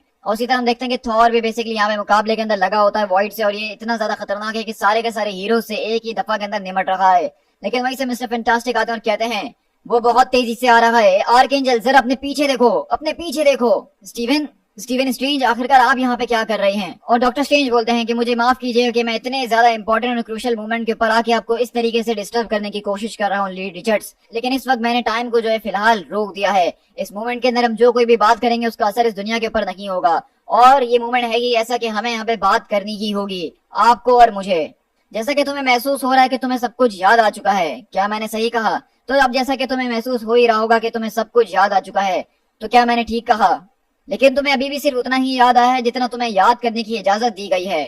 तो रीड बोलते हैं कि अलाउड, इसका क्या मतलब है? मैंने उसको धोखा दिया था, लेकिन मैं कभी सेंट्री के साथ ऐसा क्यों करूंगा? वो तो मेरा दोस्त था, तो मुझे ये बात समझ में नहीं आ रही है। और वहीं से स्टीवन स्ट्रेंज बोलते हैं कि हाँ, तुमने ही सेंट्री को धोखा दिया है, इसके अंदर कोई शक नहीं है, लेकिन क्या तुम्हें वो बात याद नहीं आ रही कि तुमने ये सब क्यों किया था? उसको याद करने की कोशिश करो। और अगले बार हम देखते हैं कि रीड रिचर्ड उसको याद करने की कोशिश करते, अपने दिमाग पे जोर डालते और कहते हैं कि हाँ, मुझे याद आना शुरू हुआ है। और इसी तरह हम यहाँ से जबरदस्त तरीके के एक पुराने फ्लैशबैक के अंदर शिफ्ट होते हैं, और रीड रिचर्ड बताते हैं कि मुझे अब सब कुछ याद आना शुरू हो चुका है। काफी सालों पहले वॉइड ने जो है मैनहट्टन के ऊपर एक जबरदस्त तरीके का अटैक किया था। वहाँ पे एक बहुत ही बड़ी एक्सप्लोजन थी, और उसको पता करने के लिए सारे के सारे सुपर हीरोज वहाँ पे पहुंचे थे, और फैंटास्टिक फोर भी सेंट्री की मदद को पहुंचे थे। तो हम जब यहाँ पे आए तो हमें सेंट्री का कोई नामो निशान नहीं मिला। हम तो समझे कि शायद सेंट्री की मौत हो चुकी है, क्योंकि वहाँ पे डैमेज कुछ ज्यादा ही हद से बढ़ चुका था। वहाँ पे बॉडीज के ऊपर बॉडीज पड़ी हुई थी, और सारा का सारे मलबा, वो बहुत ही एक हॉरिबल सीन था। लेकिन अचानक मुझे एक स्मेल आई, और उसको सूंघते ही मुझे कुछ याद आना शुरू हो गया। वो स्मेल जो थी एक चारकोल की थी, आयरन की थी और गोश्त की थी, जो कि सब कुछ एक साथ जला के राख कर रहा था और सब कुछ मिक्स हो रहा था। लेकिन मुझे अच्छी तरीके से याद है कि वो मेरी बीवी थी जिससे सबसे पहली बार इसको देखा था। और अगली बार हम देखते हैं कि सुजन चिल्लाती है, ओ जरा वहाँ पे देखो ये हो क्या रखा है। और अगली बार हम देखते हैं कि बेसिकली सेंट्री वहाँ पे नीचे मौजूद होता है, जो कि एक तरह की ब्लैक कलर की बीइंग बन गई और कहता है कि मुझसे फौरन दूर हट जाओ, सबके सब करीब आने की कोशिश मत करना। और यहीं पे रेड शर्ट बोलते हैं, ओ गॉड स्टीवन, अब मुझे सब कुछ याद आ रहा है। वो इतने टाइम से सेंट्री ही था जिसको हम इतने टाइम से पहचान नहीं पा रहे थे। सेंट्री ही दरअसल दी वॉइड है। और इसी तरह हम यहाँ से सेंट्री के पास शिफ्ट होते हैं, जो कि इस फाइट के अंदर वॉइड से मुकाबला कर रहा होता है। और उसके सामने आता और कहता है, क्या आखिरकार तुम होल्ड बैक क्यों कर रहे हो सेंट्री? क्या मैं वो चीज नहीं हूँ जिसके बारे में तुम्हें डर था, या उससे ज्यादा? क्या तुम्हें मुझसे डर नहीं लग रहा? और हम देखते हैं कि सेंट्री वहाँ पे उसकी तरफ देखता है लेकिन कुछ कहता नहीं है। और ये देख के वॉइड को और ज्यादा गुस्सा आता है। लेकिन स्टीवन स्ट्रेंज बोलते हैं, ये सारी की सारी तबाही की तरफ देखो रिचर्ड्स, वॉइड की पावर पहले से बहुत ही ज्यादा इंक्रीज हो चुकी है, जिसको हमने इससे पहले कभी नहीं देखा था। अगर ये बैटल इसी तरह चलती रही तो ये पूरा का पूरा शहर, ये पूरा का पूरा कॉन्टिनेंट भी तबाह हो सकता है। तुम्हें सब कुछ याद करना ही होगा। तो रीड बोलते हैं कि स्टीवन, आखिरकार मुझे ये बात समझ में नहीं आ रही है, क्यों ना तुम मुझे वो सारी की सारी बातें बता ही दो खुद से, जो कि मुझे याद करनी चाहिए। जो तुम जानते हो वो मुझे बता दो। तो वहीं से स्टीवन बोलते हैं कि देखो, मैं ऐसा करना चाहूँ तो कर तो सकता हूँ, लेकिन इसके जरिए पूरी की पूरी कोर्स ऑफ स्ट्रीम को ऑल्टर कर दिया जाएगा, और ये मैं होने नहीं दे सकता हूँ। यहाँ पे एक सच है जिसको जानने की जरूरत है, और अगर वो सच मैंने तुम्हें बता दिया तो तुम अपने रास्ते से डाइवर्ट हो सकते हो। तो इसलिए तुम्हें इस सच को खुद ही तलाश करना होगा। तो अब मुझे ये बताओ, the final meeting of super heroes, जब वहाँ पे सेंट्री को हम सबसे दूर भेज दिया गया था, तो वो कौन था रिचर्ड? वो किसने किया था? तो रीड बोलते हैं कि देखो, मुझे सच में कुछ नहीं समझ में आ रहा है। वहाँ पे उस दिन कुछ ज्यादा ही केओस थी। सारे के सारे सुपर हीरोज असेंबल हुए हुए थे उस कमरे के अंदर और एक दूसरे के ऊपर चिल्ला रहे थे और आर्ग्यूमेंट कर रहे थे। मुझे याद है कि सेंट्री हमारे सामने खड़ा हुआ था, लेकिन वो यहाँ पे अपने आप को जो है नीचा नहीं बल्कि बहुत ज्यादा प्राउड महसूस करवा रहा था, क्योंकि अब हर कोई इस कमरे के अंदर जानता था कि वॉइड और सेंट्री वो एक ही पर्सन है जिसको हम इतने टाइम से लड़ने की और रोकने की कोशिश कर रहे थे। लेकिन वो ये बात नहीं जानता था कि सेंट्री ही वो शख्स है जो कि सब कॉन्शियसली इतने ज्यादा मिलियन लोगों को इस दुनिया के अंदर मार चुका है। उसने आधे सिटी को डिस्ट्रॉय कर दिया है। लेकिन वॉइड के बदले अगर दूसरा आदमी यानी कि सेंट्री देखा जाए तो एक ऐसा आदमी था जिसने 100 मिलियन लोगों को बचाया भी था।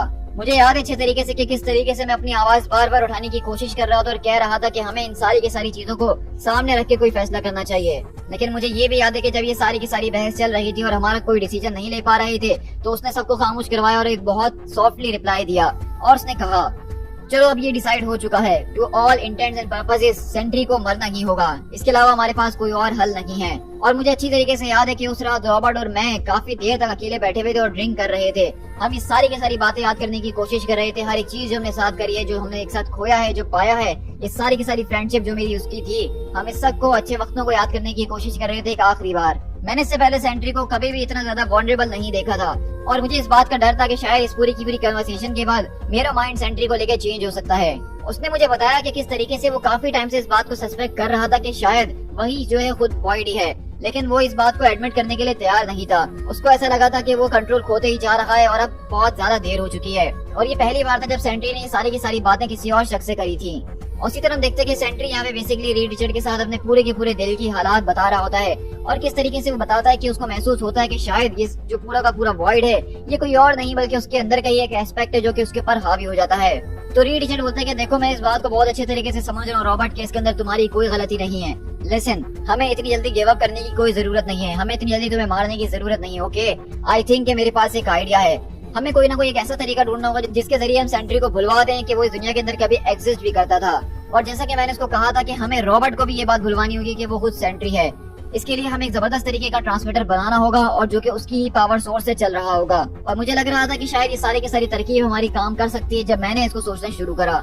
और इसी तरह सेंट्री बोलता है कि मेरे ख्याल से तुम्हारा प्लान बहुत अच्छा है रीड, लेकिन अगर तुम्हें ये सब करना है और लोगों की याद से मुझे हमेशा के लिए मिटाना है, तो उसके पहले तुम्हें मुझे दफनाना होगा, क्योंकि वो लोग कभी भी इस बात को एक्सेप्ट नहीं करेंगे कि मेरी मौत हो गई है और मैं बस ऐसे ही चले गया। हमें इससे कुछ ज्यादा की जरूरत है। अगर हमें लोगों की याददाश्त से मेरी बारे में सारी की सारी चीजें मिटानी है, तो सबसे पहले मुझे उनके दरमियान ऐसा शख्स बनना पड़ेगा जिसको वो रिजेक्ट करें, जिसको वो खुद से भुलाना चाह रहे हो। तभी जाके ये सारा का सारा हिप्नोटिक सजेशन काम करना शुरू करेगा। तो रीड बोलता है कि रॉबर्ट, ये तुम आकर कैसी बातें कर रहे हो? मैं सबका हिस्सा बिल्कुल भी नहीं बन सकता हूँ। मैं तुम्हारा बेस्ट फ्रेंड हूँ, फॉर गॉड सेक। तो सेंट्री बोलता है कि हाँ, मैं इस बात को जानता हूँ रीड कि तुम ही मेरे बेस्ट फ्रेंड हो, और शायद अब वक्त आ चुका कि तुम इस बात को प्रूव भी कर दो। आई गेस तुम्हें जो है सेंट्री को जान से मारना होगा रीड दुनिया की नजर के अंदर, और उसके बाद जो कुछ भी उसकी बची कुछ इज्जत है या जो कुछ भी उसके बारे में है, तुम्हें उसको भी डिस्ट्रॉय करना होगा। और यही इस सब को रोकने का एक ही तरीका है। और रीड बताते हैं तो इस तरह जब सेंट्री से मेरी सारी की सारी बातें हो गई तो मैं लाइव टेलीविजन के ऊपर गया और पूरी की पूरी दुनिया के सामने झूठ बोला उनकी आंखों में देखते हुए। मैंने बताया कि किस तरीके से सेंट्री गद्दार था जिसने हमसे शुरू से गद्दारी करी हुई थी। जिन लोगों का वो ख्याल रखने का ड्रामा करता था वो उसके ऊपर विश्वास नहीं कर सकते हैं। With every word I buried his good name, और हर एक अल्फाज के साथ जो कि मैंने वहाँ पे उस दिन निकाला था, मैंने उसकी सारी के सारे अच्छे नाम और उसकी रेपुटेशन को वहीं दफना के रख दिया दुनिया की नजर के अंदर, क्योंकि उसने ऐसा करने के लिए मुझसे कहा था। और इसी तरह हम प्रेजेंट डे के अंदर देखते हैं कि रीड को ये सारी की सारी बातें याद आ चुकी होती है कि दरअसल बेट्रे उन्होंने नहीं किया था सेंट्री को, बल्कि सेंट्री ने ही उनसे ऐसा करने के लिए कहा था।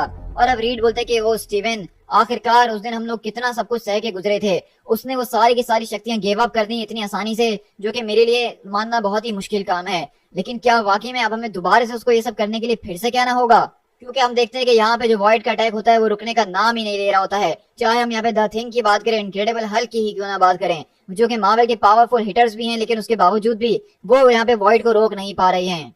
और हम देखते हैं कि सेंट्री बेसिकली वॉइड से रीजन करने की, इसको रोकने की कोशिश कर रहा है, लेकिन उसके बावजूद उससे कोई फर्क नहीं पड़ रहा है। और वहीं से रीड रिचर्ड बोलते हैं, अब वक्त आ चुका है सच को फेस करने का सेंट्री, क्या तुम इसके लिए तैयार हो? तो सेंट्री बोलता है कि नहीं रिचर्ड, अभी हम यहाँ पे कोई बात नहीं कर सकते, इसके सामने तो बिल्कुल भी नहीं। और वहीं से वॉइड बोलता है कि यही है वो जिसने हमें धोखा दिया था, यही है वो जिसने मुझे धोखा दिया था। क्या ये तुम बात कर रहे हो रॉबर्ट, या फिर वॉइड कर रहा है, या फिर अब तुम्हें इन दोनों के बीच का डिफरेंस पता ही नहीं है और तुम नहीं जान रहे हो कि कौन बात कर रहा है? और वहीं से वॉइड बोलता है कि ये एक तरह की ट्रिक है, ये तुमसे झूठ बोल रहे हैं रॉबर्ट, मैं उनको याद करने दे ही नहीं सकता हूँ, ये दोबारा नहीं होने वाला है। क्या तुमने मुझे सुना सेंट्री कि तुम मुझे दोबारा नहीं बिठा सकते हो? तो वहीं से रीड रिचर्ड बोलते हैं कि जरा इसके बारे में सोच के देखो Robert, for the sake of all of us, अपने चारों तरफ देखो कि कैसी तबाही मच रखी है। क्या तुम्हें सबको देख के कुछ समझ में नहीं आ रहा है कि मैंने तुम्हें कभी धोखा नहीं दिया था, बल्कि तुमने ही मुझे सारी की सारी चीजों को करने के लिए कहा था।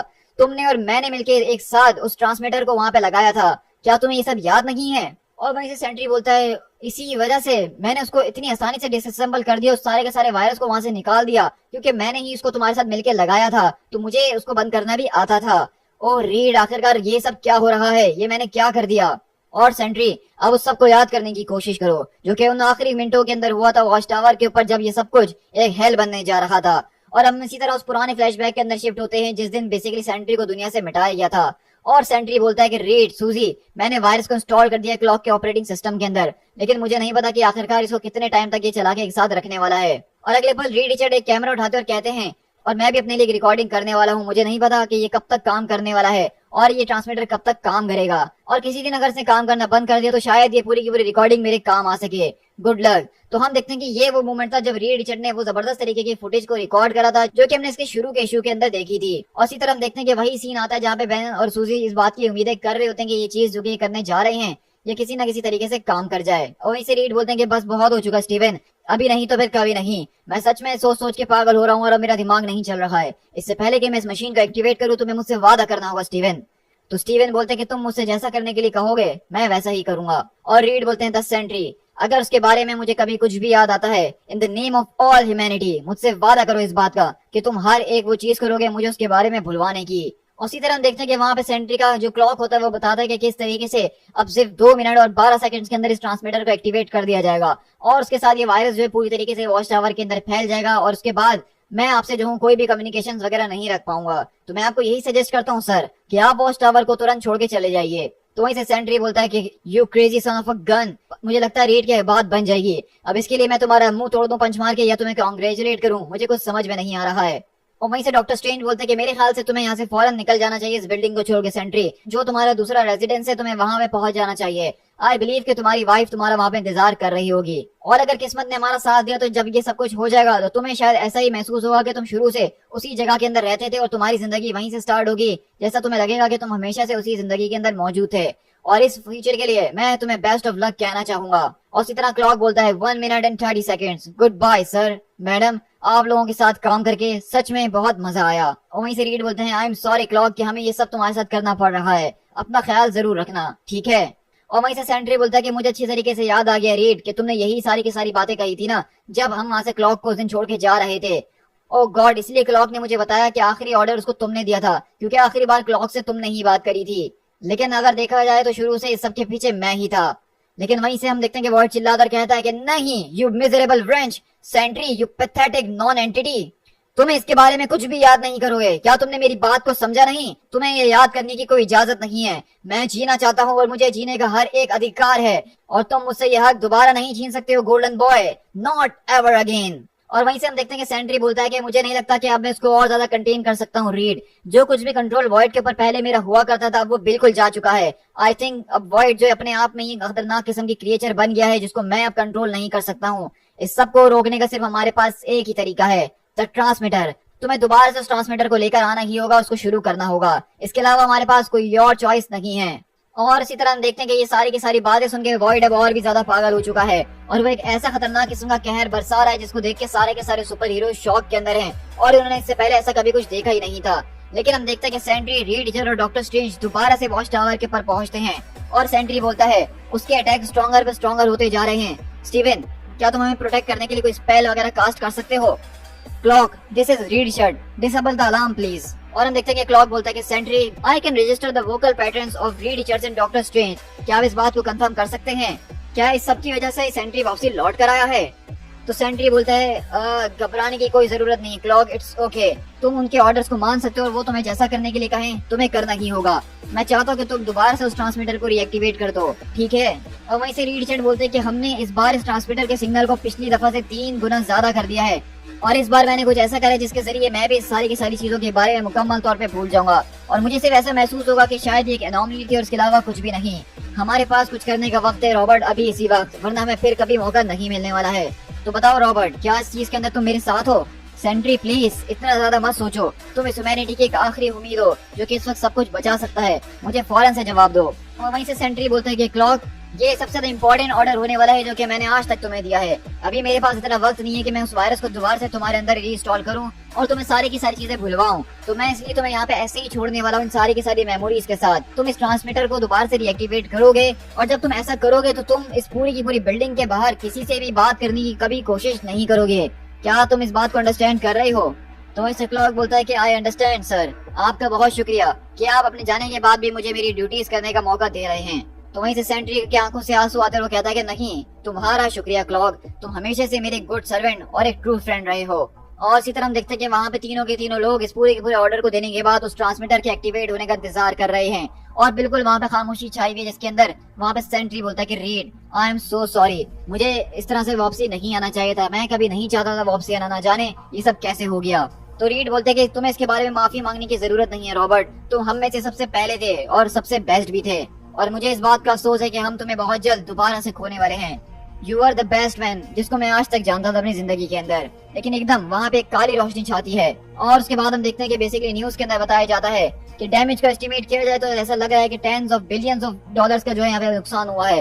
पूरा का पूरा शहर जो है मुकम्मल तौर पे बर्बाद हो गया और गवर्नर को फौरन ही यहाँ पे फेडरल एड की जरूरत पड़ने वाली है न्यूयॉर्क को दोबारा से खड़ा करने के लिए। एक स्टेटमेंट रिलीज की गई है इस आफ्टरनून रीड रिचर्ड की तरफ से जो कि फैंटास्टिक फोर के लीडर हैं और उन्होंने बताया कि किस तरीके से सारा का सारा मसला एक टेम्पोरल एनोमली की वजह से हुई है जिसकी वजह से एक जबरदस्त किस्म का हरिकेन क्रिएट हुआ था और वो पूरा का पूरा तूफान जब न्यूयॉर्क के अंदर आया तो उसने ये हालत कर दी है। और अगर दूसरी न्यूज में देखा जाए तो अथॉरिटीज बता रही हैं कि ये सारे के सारे रैमपेज किसी और के नहीं बल्कि हल के किए हैं जो कि उसने न्यू जर्सी और दूसरे इलाकों में किए हैं। और हम देखते हैं कि यहाँ पे गाड़ी के अंदर बेसिकली ये दो कपल बैठ के सारे के सारे रेडियो के ऊपर चीजों को सुन रहे होते हैं जहाँ पे वो वाइफ कहती है तुम्हें इसके बारे में डरने की बिल्कुल भी जरूरत नहीं है, सब ठीक है। और हम देखते हैं कि दरअसल यहाँ पे वो हस्बैंड एंड वाइफ कोई और नहीं बल्कि सेंट्री और उसकी वाइफ लिंडी होती है जिसको हम देख रहे हैं कि वो बेसिकली अब दोबारा से नॉर्मल से कपल बन चुके हैं और कुछ भी नहीं। और लिंडी वहाँ पे बॉब को हक करती है और कहती है कि तुम्हें याद है ना कि डॉक्टर ने क्या कहा था कि तुम्हें डरने की कोई जरूरत नहीं है और जब भी तुम्हें डर लगे तो ऐसा समझना कि ये सारा का सारा डर एक काले बादल की तरह है जिसको तुम्हें देख के लगता है कि वो शायद तुम्हारे पर बरसेगा,